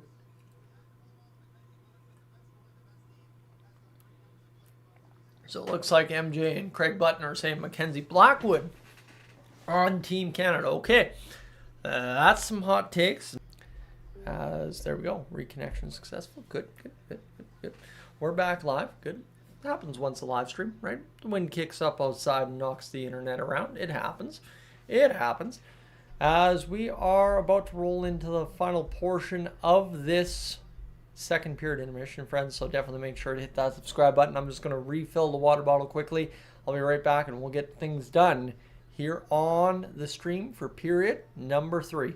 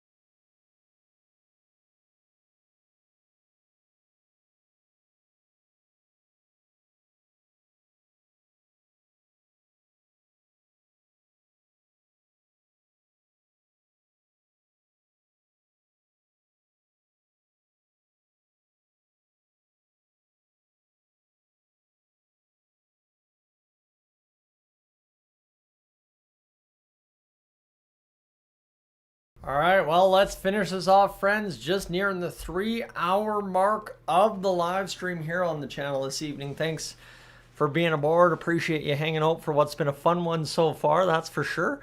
Because definitely, if you're new to the channel right now, as you see, I'd like you to hit that subscribe button. That would be greatly appreciated as we close in on 20,000 subscribers here on Dolynny TV the holiday season, as we get into the New Year season here is New Year's Eve. Finland, we like that. That would be about a great ton of fun to be back for here live on the channel on New Year's Eve. So closing in towards things getting going for what should be a really fun game here eventually New Year's Eve. So sorry, lost my train of thought. Not sure what's happening with the live stream here. Still trying to understand if I'm missing something or what's going on here. As we are rolling along. There we go. There I am. Good to see. Perfect. All right. What do we know about this game other than we are about to get things back up and going? For those of you tuning in from an Oilers fan perspective coming into the game, maybe let's recap that Oilers game quickly. Max Jones, Jack Roslovic, Zach Hyman, the goals. Adam Henrique, Matt Savoy, and Connor McDavid, the lone assists in this game. For Canada, after 2 periods of play, it's Gavin McKenna on the power play from Michael Hayes and Brady Martin. And then you have Braden Coots from Tij Ginla and Keaton Verhoff to make it 2-0. Zane Parekh, his third of the tournament, made it 3-0. Caleb Denery and Cole Baudouin, the assists on that one. Mads Clivo and Porter Martone started the fireworks in the second period. By that point, Porter Martone scoring the second power play goal for Canada. It's now, well, guess what? A grand total of 4-1 Canada. And then for good measure, Gavin McKenna with just under 5 minutes remaining. That's where the brain was trying to go, I tell you. Just under 5 minutes remaining. Gavin McKenna with his second of the game from Brady Martin and Ethan McKenzie. And now all of a sudden Gavin McKenna's not having himself too bad of a tournament here as we go into what should be a fun, yes indeed, fun period. And of course a fun matchup on New Year's Eve. So Carter George stretching things out in the crease. He's been pretty solid so far tonight. Grand total of 6 shots against. So hopefully for him he can continue that trend the rest of the way home. And then we'll see how this pans out for Team Canada. Hey, there we go. We got home. Yeah, I know who that is in chat. Love to see you, bud. Glad to have you along for the ride tonight. Team Canada doing their best so far to obviously win a hockey game and hopefully continue to win said hockey game here. That would be good. Sean, welcome aboard as well as we pick up a little bit of steam coming into this one. Sean going for Canada. Here we go. Let's see what we can do as Carter George in the pipes for Canada. Face off at center ice as it is always. Baudouin, the checking line for Canada out there to take the face off. Brunick fires the shot down low behind the Denmark net. That one will come up off the wall. Out in the neutral zone. McKenzie over to the far side for Brunick. Brunick with limited options goes up in front of the Canadian bench. Now near side, McKenzie with the puck on the pass from the far. And it'll be picked up by Denmark after I think it hit the official inside their zone. To the far side, that'll be picked up by Brunick one more time. Tapped in by Canada. A race to the end wall for Baudouin. He almost goes head over heels, but he's able to, work it out into the neutral zone via the Dane clear there. And that's going to allow Reed to pick up this puck behind the net. Brunick will lead up over the Canadian zone through the neutral zone. It bobbles right in front of the Canadian bench as they were completing a line change. That could have been a dangerous too many men opportunity. No call there. And now Denmark stumbles to their feet inside their zone here, trying to get out on the Canadian pressure over to the far side wing. Denmark into Canadian territory, down the left wing, curl in front. The shot will be directed into the corner, and Canada's able to bat this one back into the neutral zone area just like that. And Ginla, Misa, and Martone are away. Misa towards the net. Martone jams it on net on the pass from Misa, but can't get it going to the back. As here's Parekh walking down towards Main Street. The shot through traffic off a body bounces up and out of play. And it will be a stoppage right there with 1.5 minutes to go here in this third period of play. So Misa with that one. And he just labeled that for Martone, who could not, with the stick in the way from Tijan, get it through the 5-hole. 32 shots for Canada on net right now. To the end wall it goes along. And oh no, Aitchison with a good keep. Denmark alive and well inside their own zone. Bats it off the wall out into the neutral zone. Canada knocks it down high inside their own blue line. And this will be knocked to the neutral zone now as Hage tries to come across the blue line. Green for Denmark turns it back, and it'll be worked back into Denmark's zone on an errant Denmark pass, and then ultimately just kind of bobbles around a few times, and Denmark on a couple of tip passes still unsuccessfully gets it through the neutral zone for Gavin McKenna to turn back the other way. That's the thing with Gavin McKenna. He can turn anything that looks innocent into a hard chance against for the opposing team. This one, Denmark now loading up an opportunity across the neutral zone. Shot on George. Save made. He'll cover up with 5-1 the score for Team Canada over Denmark with 2.5 minutes gone here in this third period of play.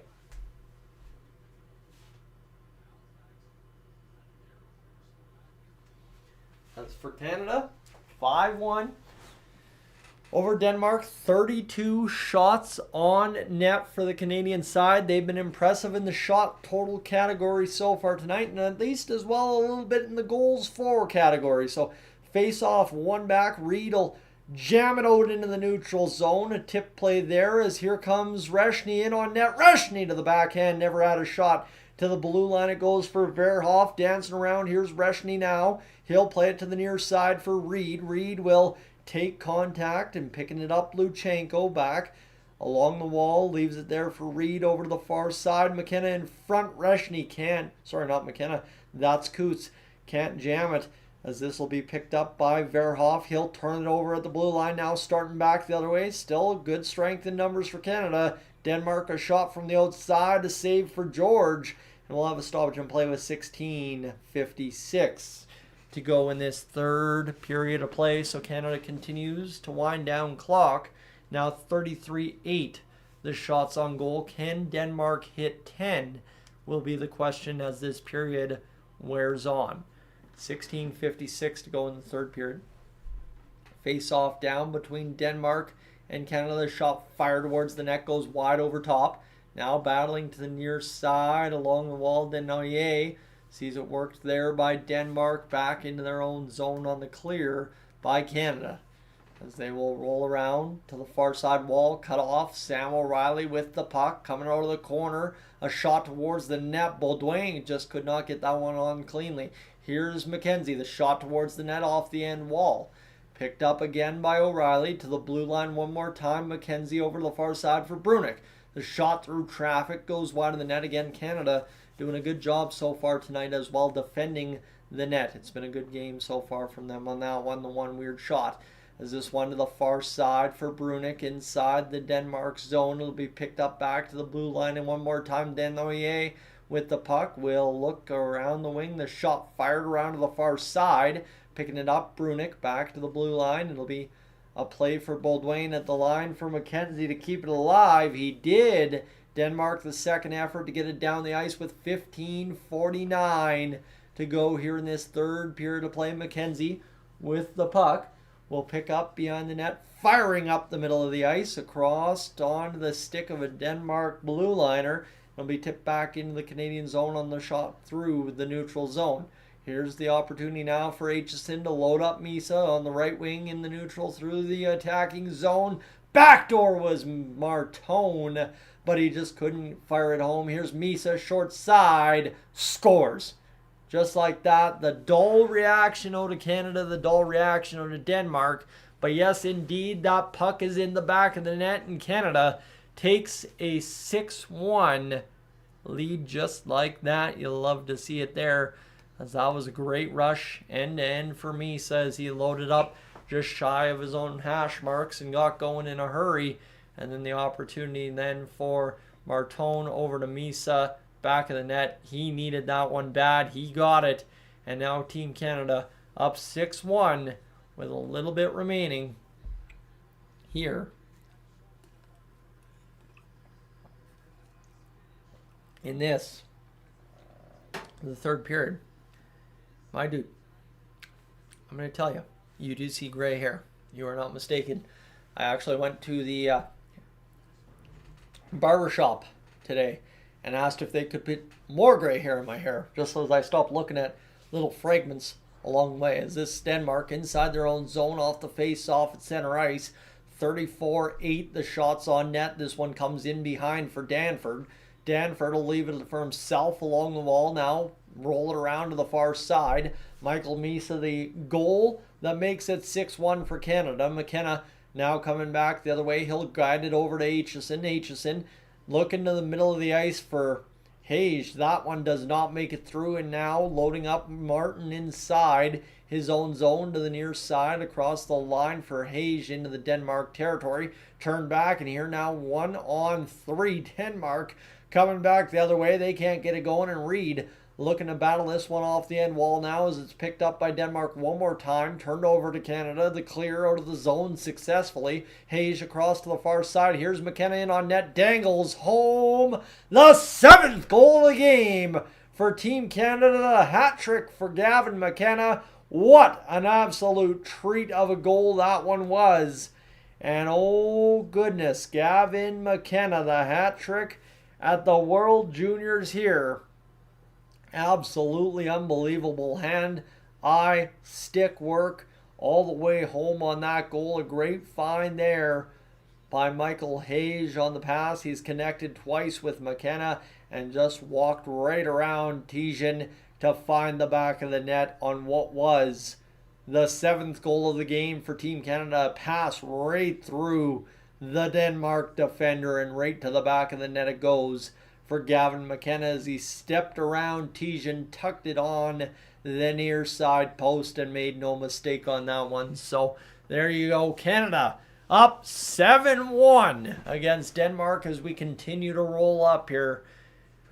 Oh boy, what a chance there for Gavin McKenna, and he just made no mistake about that one.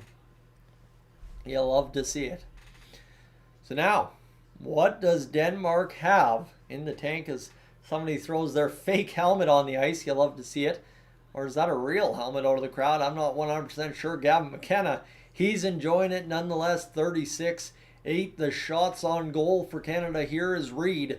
Will fire up the near side boards. It'll load down for Coots. He'll spin in front. He can't get it through. And now to the far side. Canada around Perek. Around the defender. He'll look to the front. He again is denied by Denmark on the defense as Hayes and Martin pick up assists. The shot from the far side point denied by Tijan, and Canada keeps coming here. Shot number 37 of the hockey game as Gavin McKenna finds the back of the net to complete the hat trick here at the 2026 World Juniors against Denmark. Friends, welcome aboard. If you're just tuning in for the first time, would love to have you aboard as a regular subscriber here on the channel. Let me tell you, it's always fun to hang around and talk Oilers with you guys. Now again, is that what you want to do? That's a question for another day, I guess. But for right now, we just have to concern ourselves with getting to the Finland game on New Year's Eve, as ultimately we try to win that one, win the group, and hey, go on to the quarterfinals in one of the best positions we can put ourselves in. So that's where we're at. All right. Do we have any iced tea left? Yes, we do. Man, tell you, that caramel brulee latte at Starbucks, absolutely unreal. Need to try the sugar cookie oat though, that's for sure. All right, what do we know? We know we're about to get back to action between Canada and Denmark here, and I feel like we'll have a few more commercial breaks, but this game is about to come to an end here tonight, as obviously Canada up 7-1 against Denmark now, and the question is, how many more goals can the Canadians score against a squad of Denmark that right from the get-go has been behind the 8 ball? Not necessarily their fault. Canada just a little bit more of a far superior club, And for Canada, they're actually flexing it here tonight instead of the situation that happened against Latvia for a second year in a row. Here's Perek near side blue line. Canada controlling off the face-off. Rolling around Reed. He'll roll to the far side boards and look to get down the wing with support from somebody up top. There now is Bear. Bear fires the shot through traffic. It hits Coots in front. It'll be bounced off the boards, and Luchenko himself can't keep it in the zone. He'll reload through the neutral. Dancing to the outside. Turning back there. Turning it over, and now pick up for Perek. Perek skating. He'll be knocked off the puck. The shot from Bear goes down low, as that's Beaudoin behind the net trying to dribble it out in front. Nobody there to help him. And it'll drive out into the neutral zone for Denmark. A couple of quick stick chicks, and that's away we go. As it comes back now behind for McKenzie. McKenzie will pick it up for Perek. Perek rolling into the near side. No, over the corner. Right in front of George he comes. Perek loading. He'll finally find a pass or an idea that he likes. The shot off the end wall there by Denoy. And it'll come now near side. Picked up. Canada back to the blue line. Nice knockdown by McKenzie. McKenzie to the near side boards. Denoy around behind the net. As it'll be picked up by Beaudoin one more time. Here now to the point. Verhoff the shot. Blocked in from McKenzie. Fires, and he is denied by Tijan. And Canada again, well, I believe is shot number 40 of the hockey game with 12:15 to go in the third period of things here. 7-1, Canada leads against Denmark. All right, I think enough of that. We'll stop screwing around. All right, get back to the little bit more sing-songy, shall we? Canada, 39-8, the shots on goal. Absolutely unreal here so far. 7-1 the lead. Again, they match their output against Czechia. That's good to see. That's massive for us. And here's now the face-off to the right of Tijan. Back to the blue line for Canada. Martone over to the far side. Be loaded up for Ginla. Ginla in that near far side corner for Misa. Misa will backhand it off the wall. Here's now over the corner of Ginla. Ginla towards the net. Can't drive it home. And now back to the blue line. Picking it up. Aitchison. Rolling it to Misa, who already has a goal in this one. The shot not loading from Misa. He's going to roll right around the net again. Back to the captain, Martone. Martone leaves it for Misa one more time, looking for that lane to shoot. There it is. Up over the corner of the net, and Oda play off the glass, it looks like, with 39.8. Or what am I doing? Man, I've made that mistake about 8 times this World Juniors. 39-8 the shots on goal with just some time to remain. Here in this one is, I think, the old clock. I think the clock froze on, yeah, the clock froze. They have the goals. Sorry, it is 7-1, friends. If you're tuning in, Canada's winning handily now. I don't know why the scoreboard just froze there at 5-1. Either which way, 7-1. The goal scoring sheet for Canada right now is McKenna over to the far side, looking for possibly 10, 11, 34 to go. McKenna will bounce off the wall now into the middle of the ice, looking for Martin. Can't get it across cleanly to him. It's picked up by McKenzie. McKenzie off the end wall. Picking it up now will be Hayes, tapping in front. Here's Martin back to the blue line past McKenzie. And out of the zone it goes all the way back into Canadian territory. 11-12 to go here in this third period of play.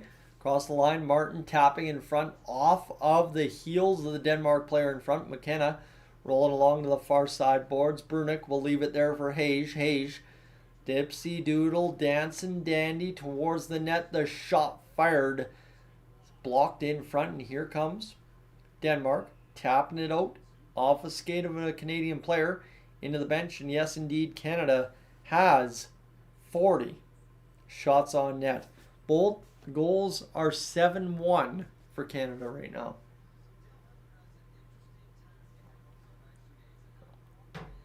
Is Aaron, welcome back aboard. Or you've just been chilling out. Hey, welcome back to the chat. As Verhoff will take the draw. Back at the blue line inside the Denmark zone as Canada's Reshny wins it back to him. Verhoff got it down and along the wall to Luchenko. Verhoff over to the far side for Luchenko. The shot through traffic. Snared by Tijan. And we will have another stoppage in play with 10:37 to go in this third period. All right. See how it keeps rolling here. As we are getting closer and closer to the end of this hockey game. Canada running away with a laugher here. Coots in the face-off draw. 10:37 to go as Reed will fire the shot through traffic. Rebound off the blocker there by Veerhoff, and this one will go towards the front of the net. Nice play by Luchenko to recoup the puck. Luchenko across to the far side, cut off by Denmark, and we could really use a situation here where Canada, just rolls up some time off the clock, back and forth play against Denmark. Don't get sloppy in your own end. As here's now an opportunity for George. Reed over to the far side for Veerhoff. We've chewed off at least 24 seconds here. So doing a good job now as it comes inside the zone. An opportunity for Reshny towards the net. Blocked in front. Rebound kicked out. Opportunity now for Veerhoff. He passes off to Reshny in the corner. 9:50 to go as we keep things rolling here. To the near side. Shot towards the net by Aitchison. Tipped wide by Luchenko. 9:40 to go, and now Team Canada's chewed off a minute exactly off the clock, so we'll take that as Aitchison will pick up behind the net with 9.5 minutes to go in the third period. You love to see the time winding down now for Canada. To the near side, it comes across the line. O'Reilly sees it tapped up off his skates. Picking it up, Kramer loading, looking forward to the far side. Across the blue line, Canada tried to throw a massive hit, didn't work out. 9:11 to go here in this third period to play. Back to the blue line, shot towards the net, saved by George. And the Canadians and Denmark managed to kill off a minute 32 of clock before this one ends. 9 minutes to go, friends. Stay tuned here on Dolynny TV. I just got to take a quick time.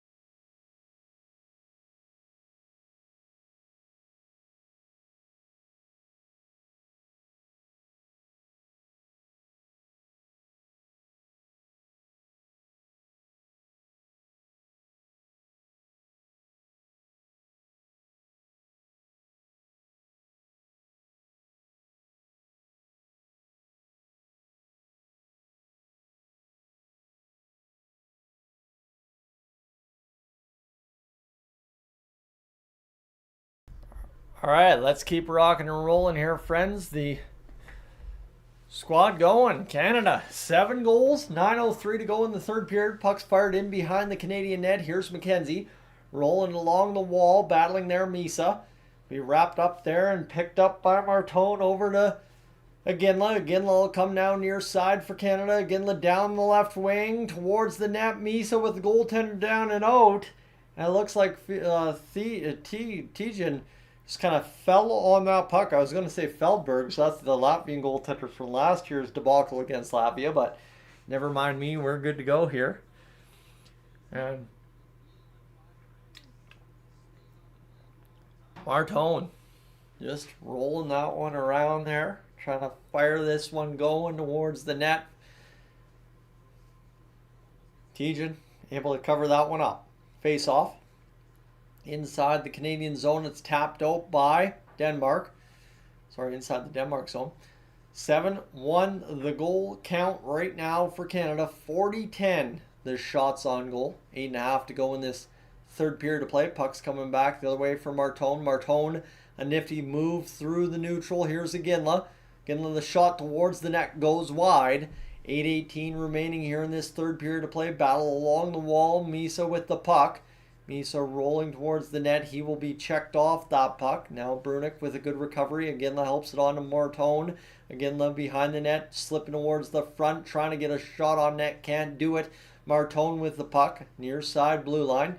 Across now through the neutral of the offensive zone. Just kind of skating by the face-off dot towards the slot. Couldn't get the shot off. 7:50 to go here in this third period of play, as time continues to wind down, and Canada again killing good time on the clock with about 45 seconds killed here. Shot towards George. He'll glove it down. 7:37 to go in the third period. Picking it up near side. Canada, McKenzie with the puck. Looking to start out from behind his own net.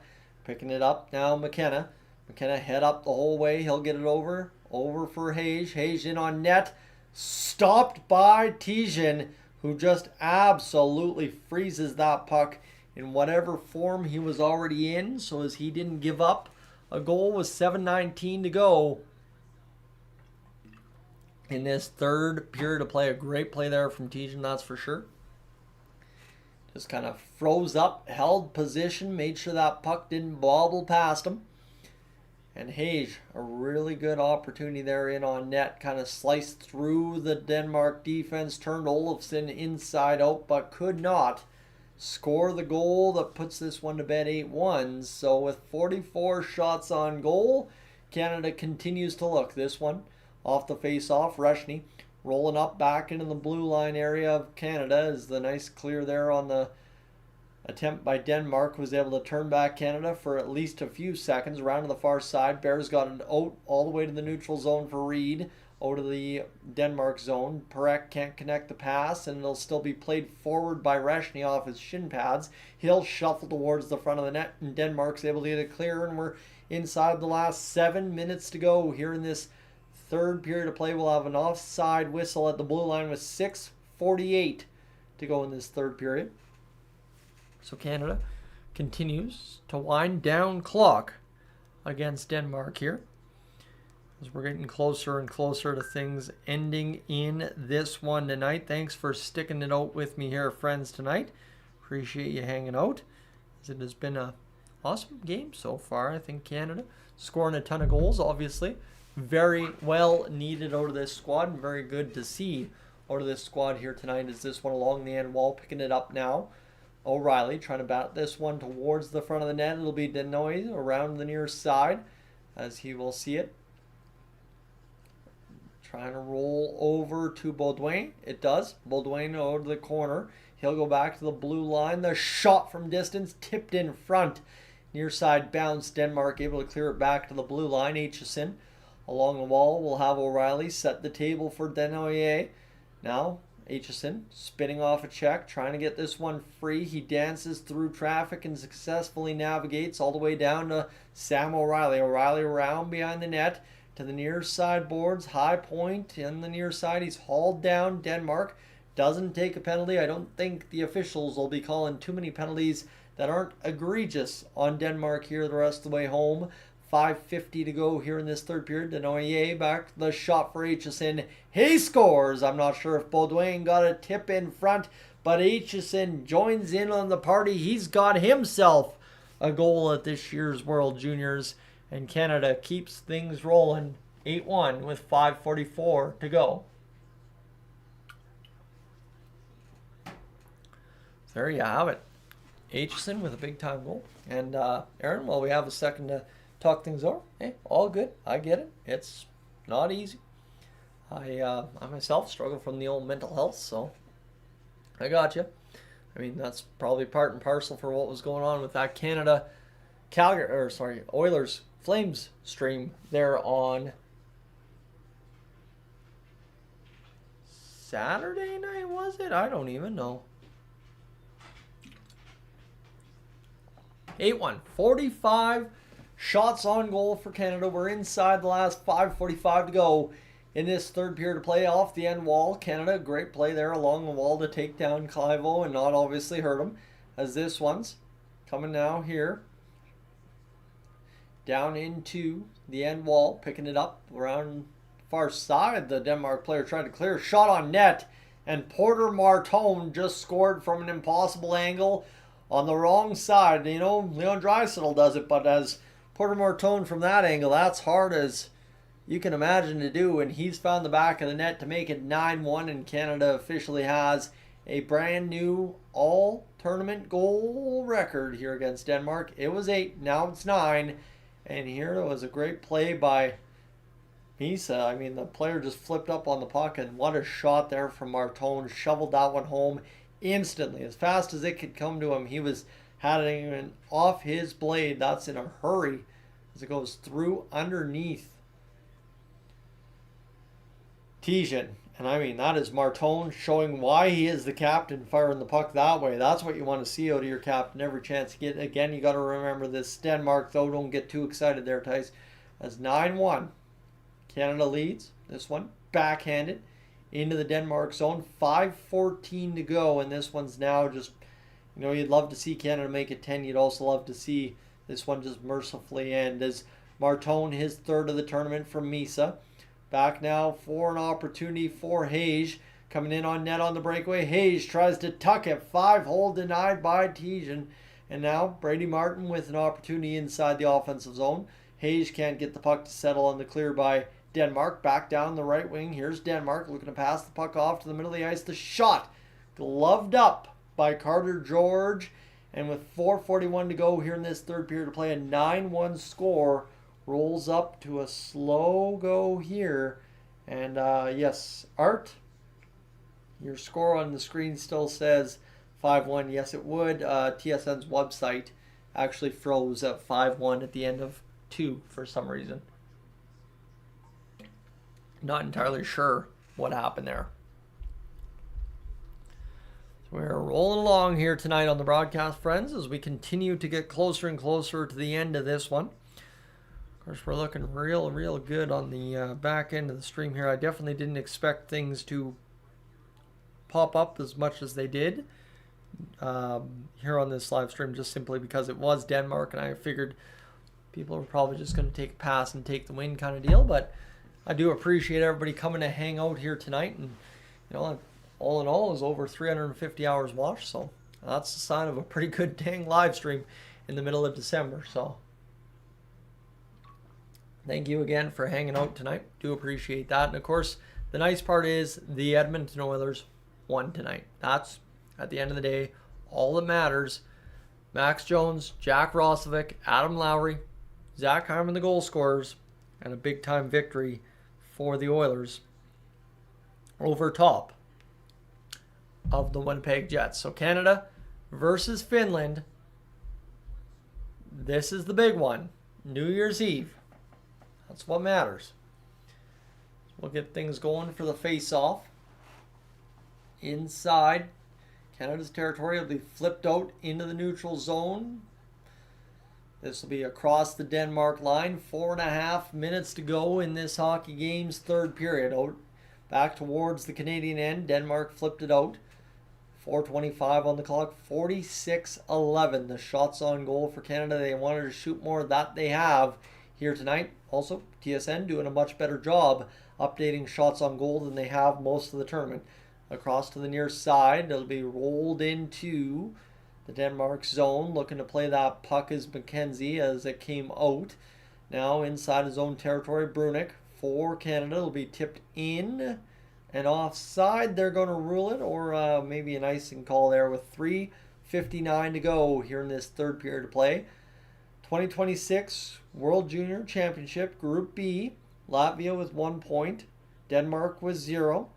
Czechia with 5. Finland with 7. And Canada with 8. So again, for Canada to next game out, they need to at least win in overtime to get this going. So we'll see how this shakes out. Let's see what happens here as this one goes to the far side. Across the line, picking up now Luchenko. Looking for this one, picking it up, Baudouin. Baudouin looking near side. Here's O'Reilly skating into the puck. 3:38 to go here in this third period of play as Baudouin. Solid check there. Knocks the man off the puck and makes a forced pass to the neutral zone. Not as effective as it could have been. And then O'Reilly near side on the bad. Just can't jam it home on Tijan. And now with 3:19 to go in the third period, we walk home. The final moments of this hockey game. 3:12 to go in the third period, 47-11. The shots on goal to the far side, across the line, Canada back on the attack. Shot loading from O'Reilly, save is made by Tijan with 3 minutes to go exactly left in tonight's game. Thanks for being aboard, everybody. Really do appreciate you hanging on. I mean, end of the day, I can say that as much as I want, but I mean, it is just the truth. It is just fantastic to have folks spend their evening with you, talking hockey, calling hockey, enjoying a hockey game. And obviously, for Denmark, they're looking to get things going the next time out. Looking to salvage this, as this will be played now. To the near side, looking is Iginla. Iginla dragging to the far side. He stumbles, keeps the puck, shoots over top of the shoulder of Tijan. He looked to try and elevate that one, as Perek will keep it onside for a moment, and now it comes back inside Canada's territory to the far side. Batted in by Denmark. 2.5 minutes to go in this third period to play. Man, that dinner is going to be fantastic, I tell you that much. 2:27 to go in this third period as puck continues to wrap around the neutral ice territory. Denmark back into their own zone, just content to kill clock. They got double-digit shots. That's a thing that did happen today for Denmark as it comes around to the near side. And it is, my friends, 9-1 for Denmark. This is not my live scoreboard. This is TSN's scoreboard, and it's frozen on their website, so not much I can do there, unfortunately, as this one comes back now. Near side, picking it up is Iginla. Iginla over, picking it up now, Hage. Hage leaves it there for Martome, back to the blue line for Aitchison. $1:47 to go here. Towards the front of the net, it's going to be turned aside, lifted out, and picked up by Danford. Danford will get it across the line for Hage. He tries to skate around a player. He does.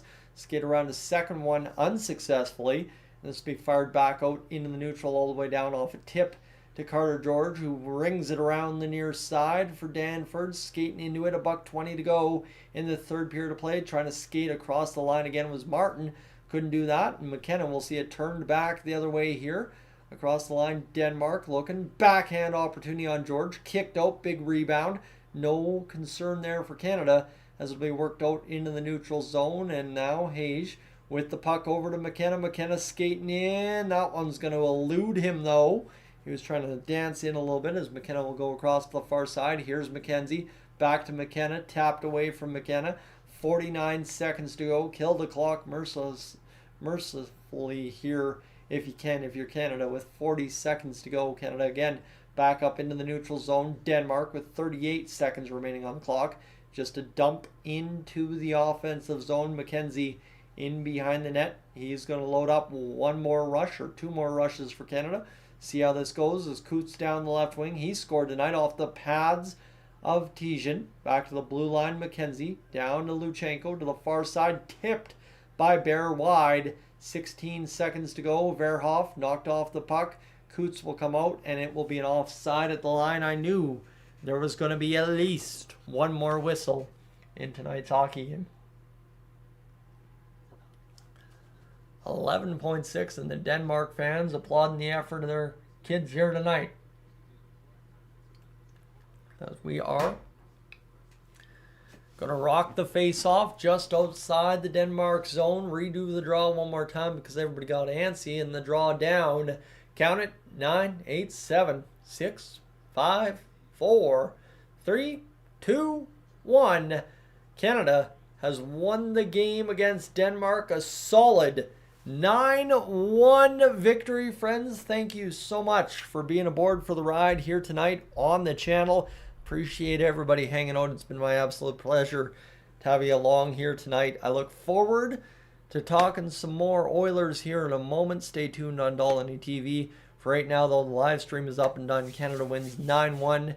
Yeah, we'll catch you soon again on your way out. If you want to come back for the New Year's Eve game, make sure to hit that subscribe button. That'll also get you access to the Oilers post-game video coming up here in a few moments' time. Thanks for being aboard here on Dolynny TV this evening.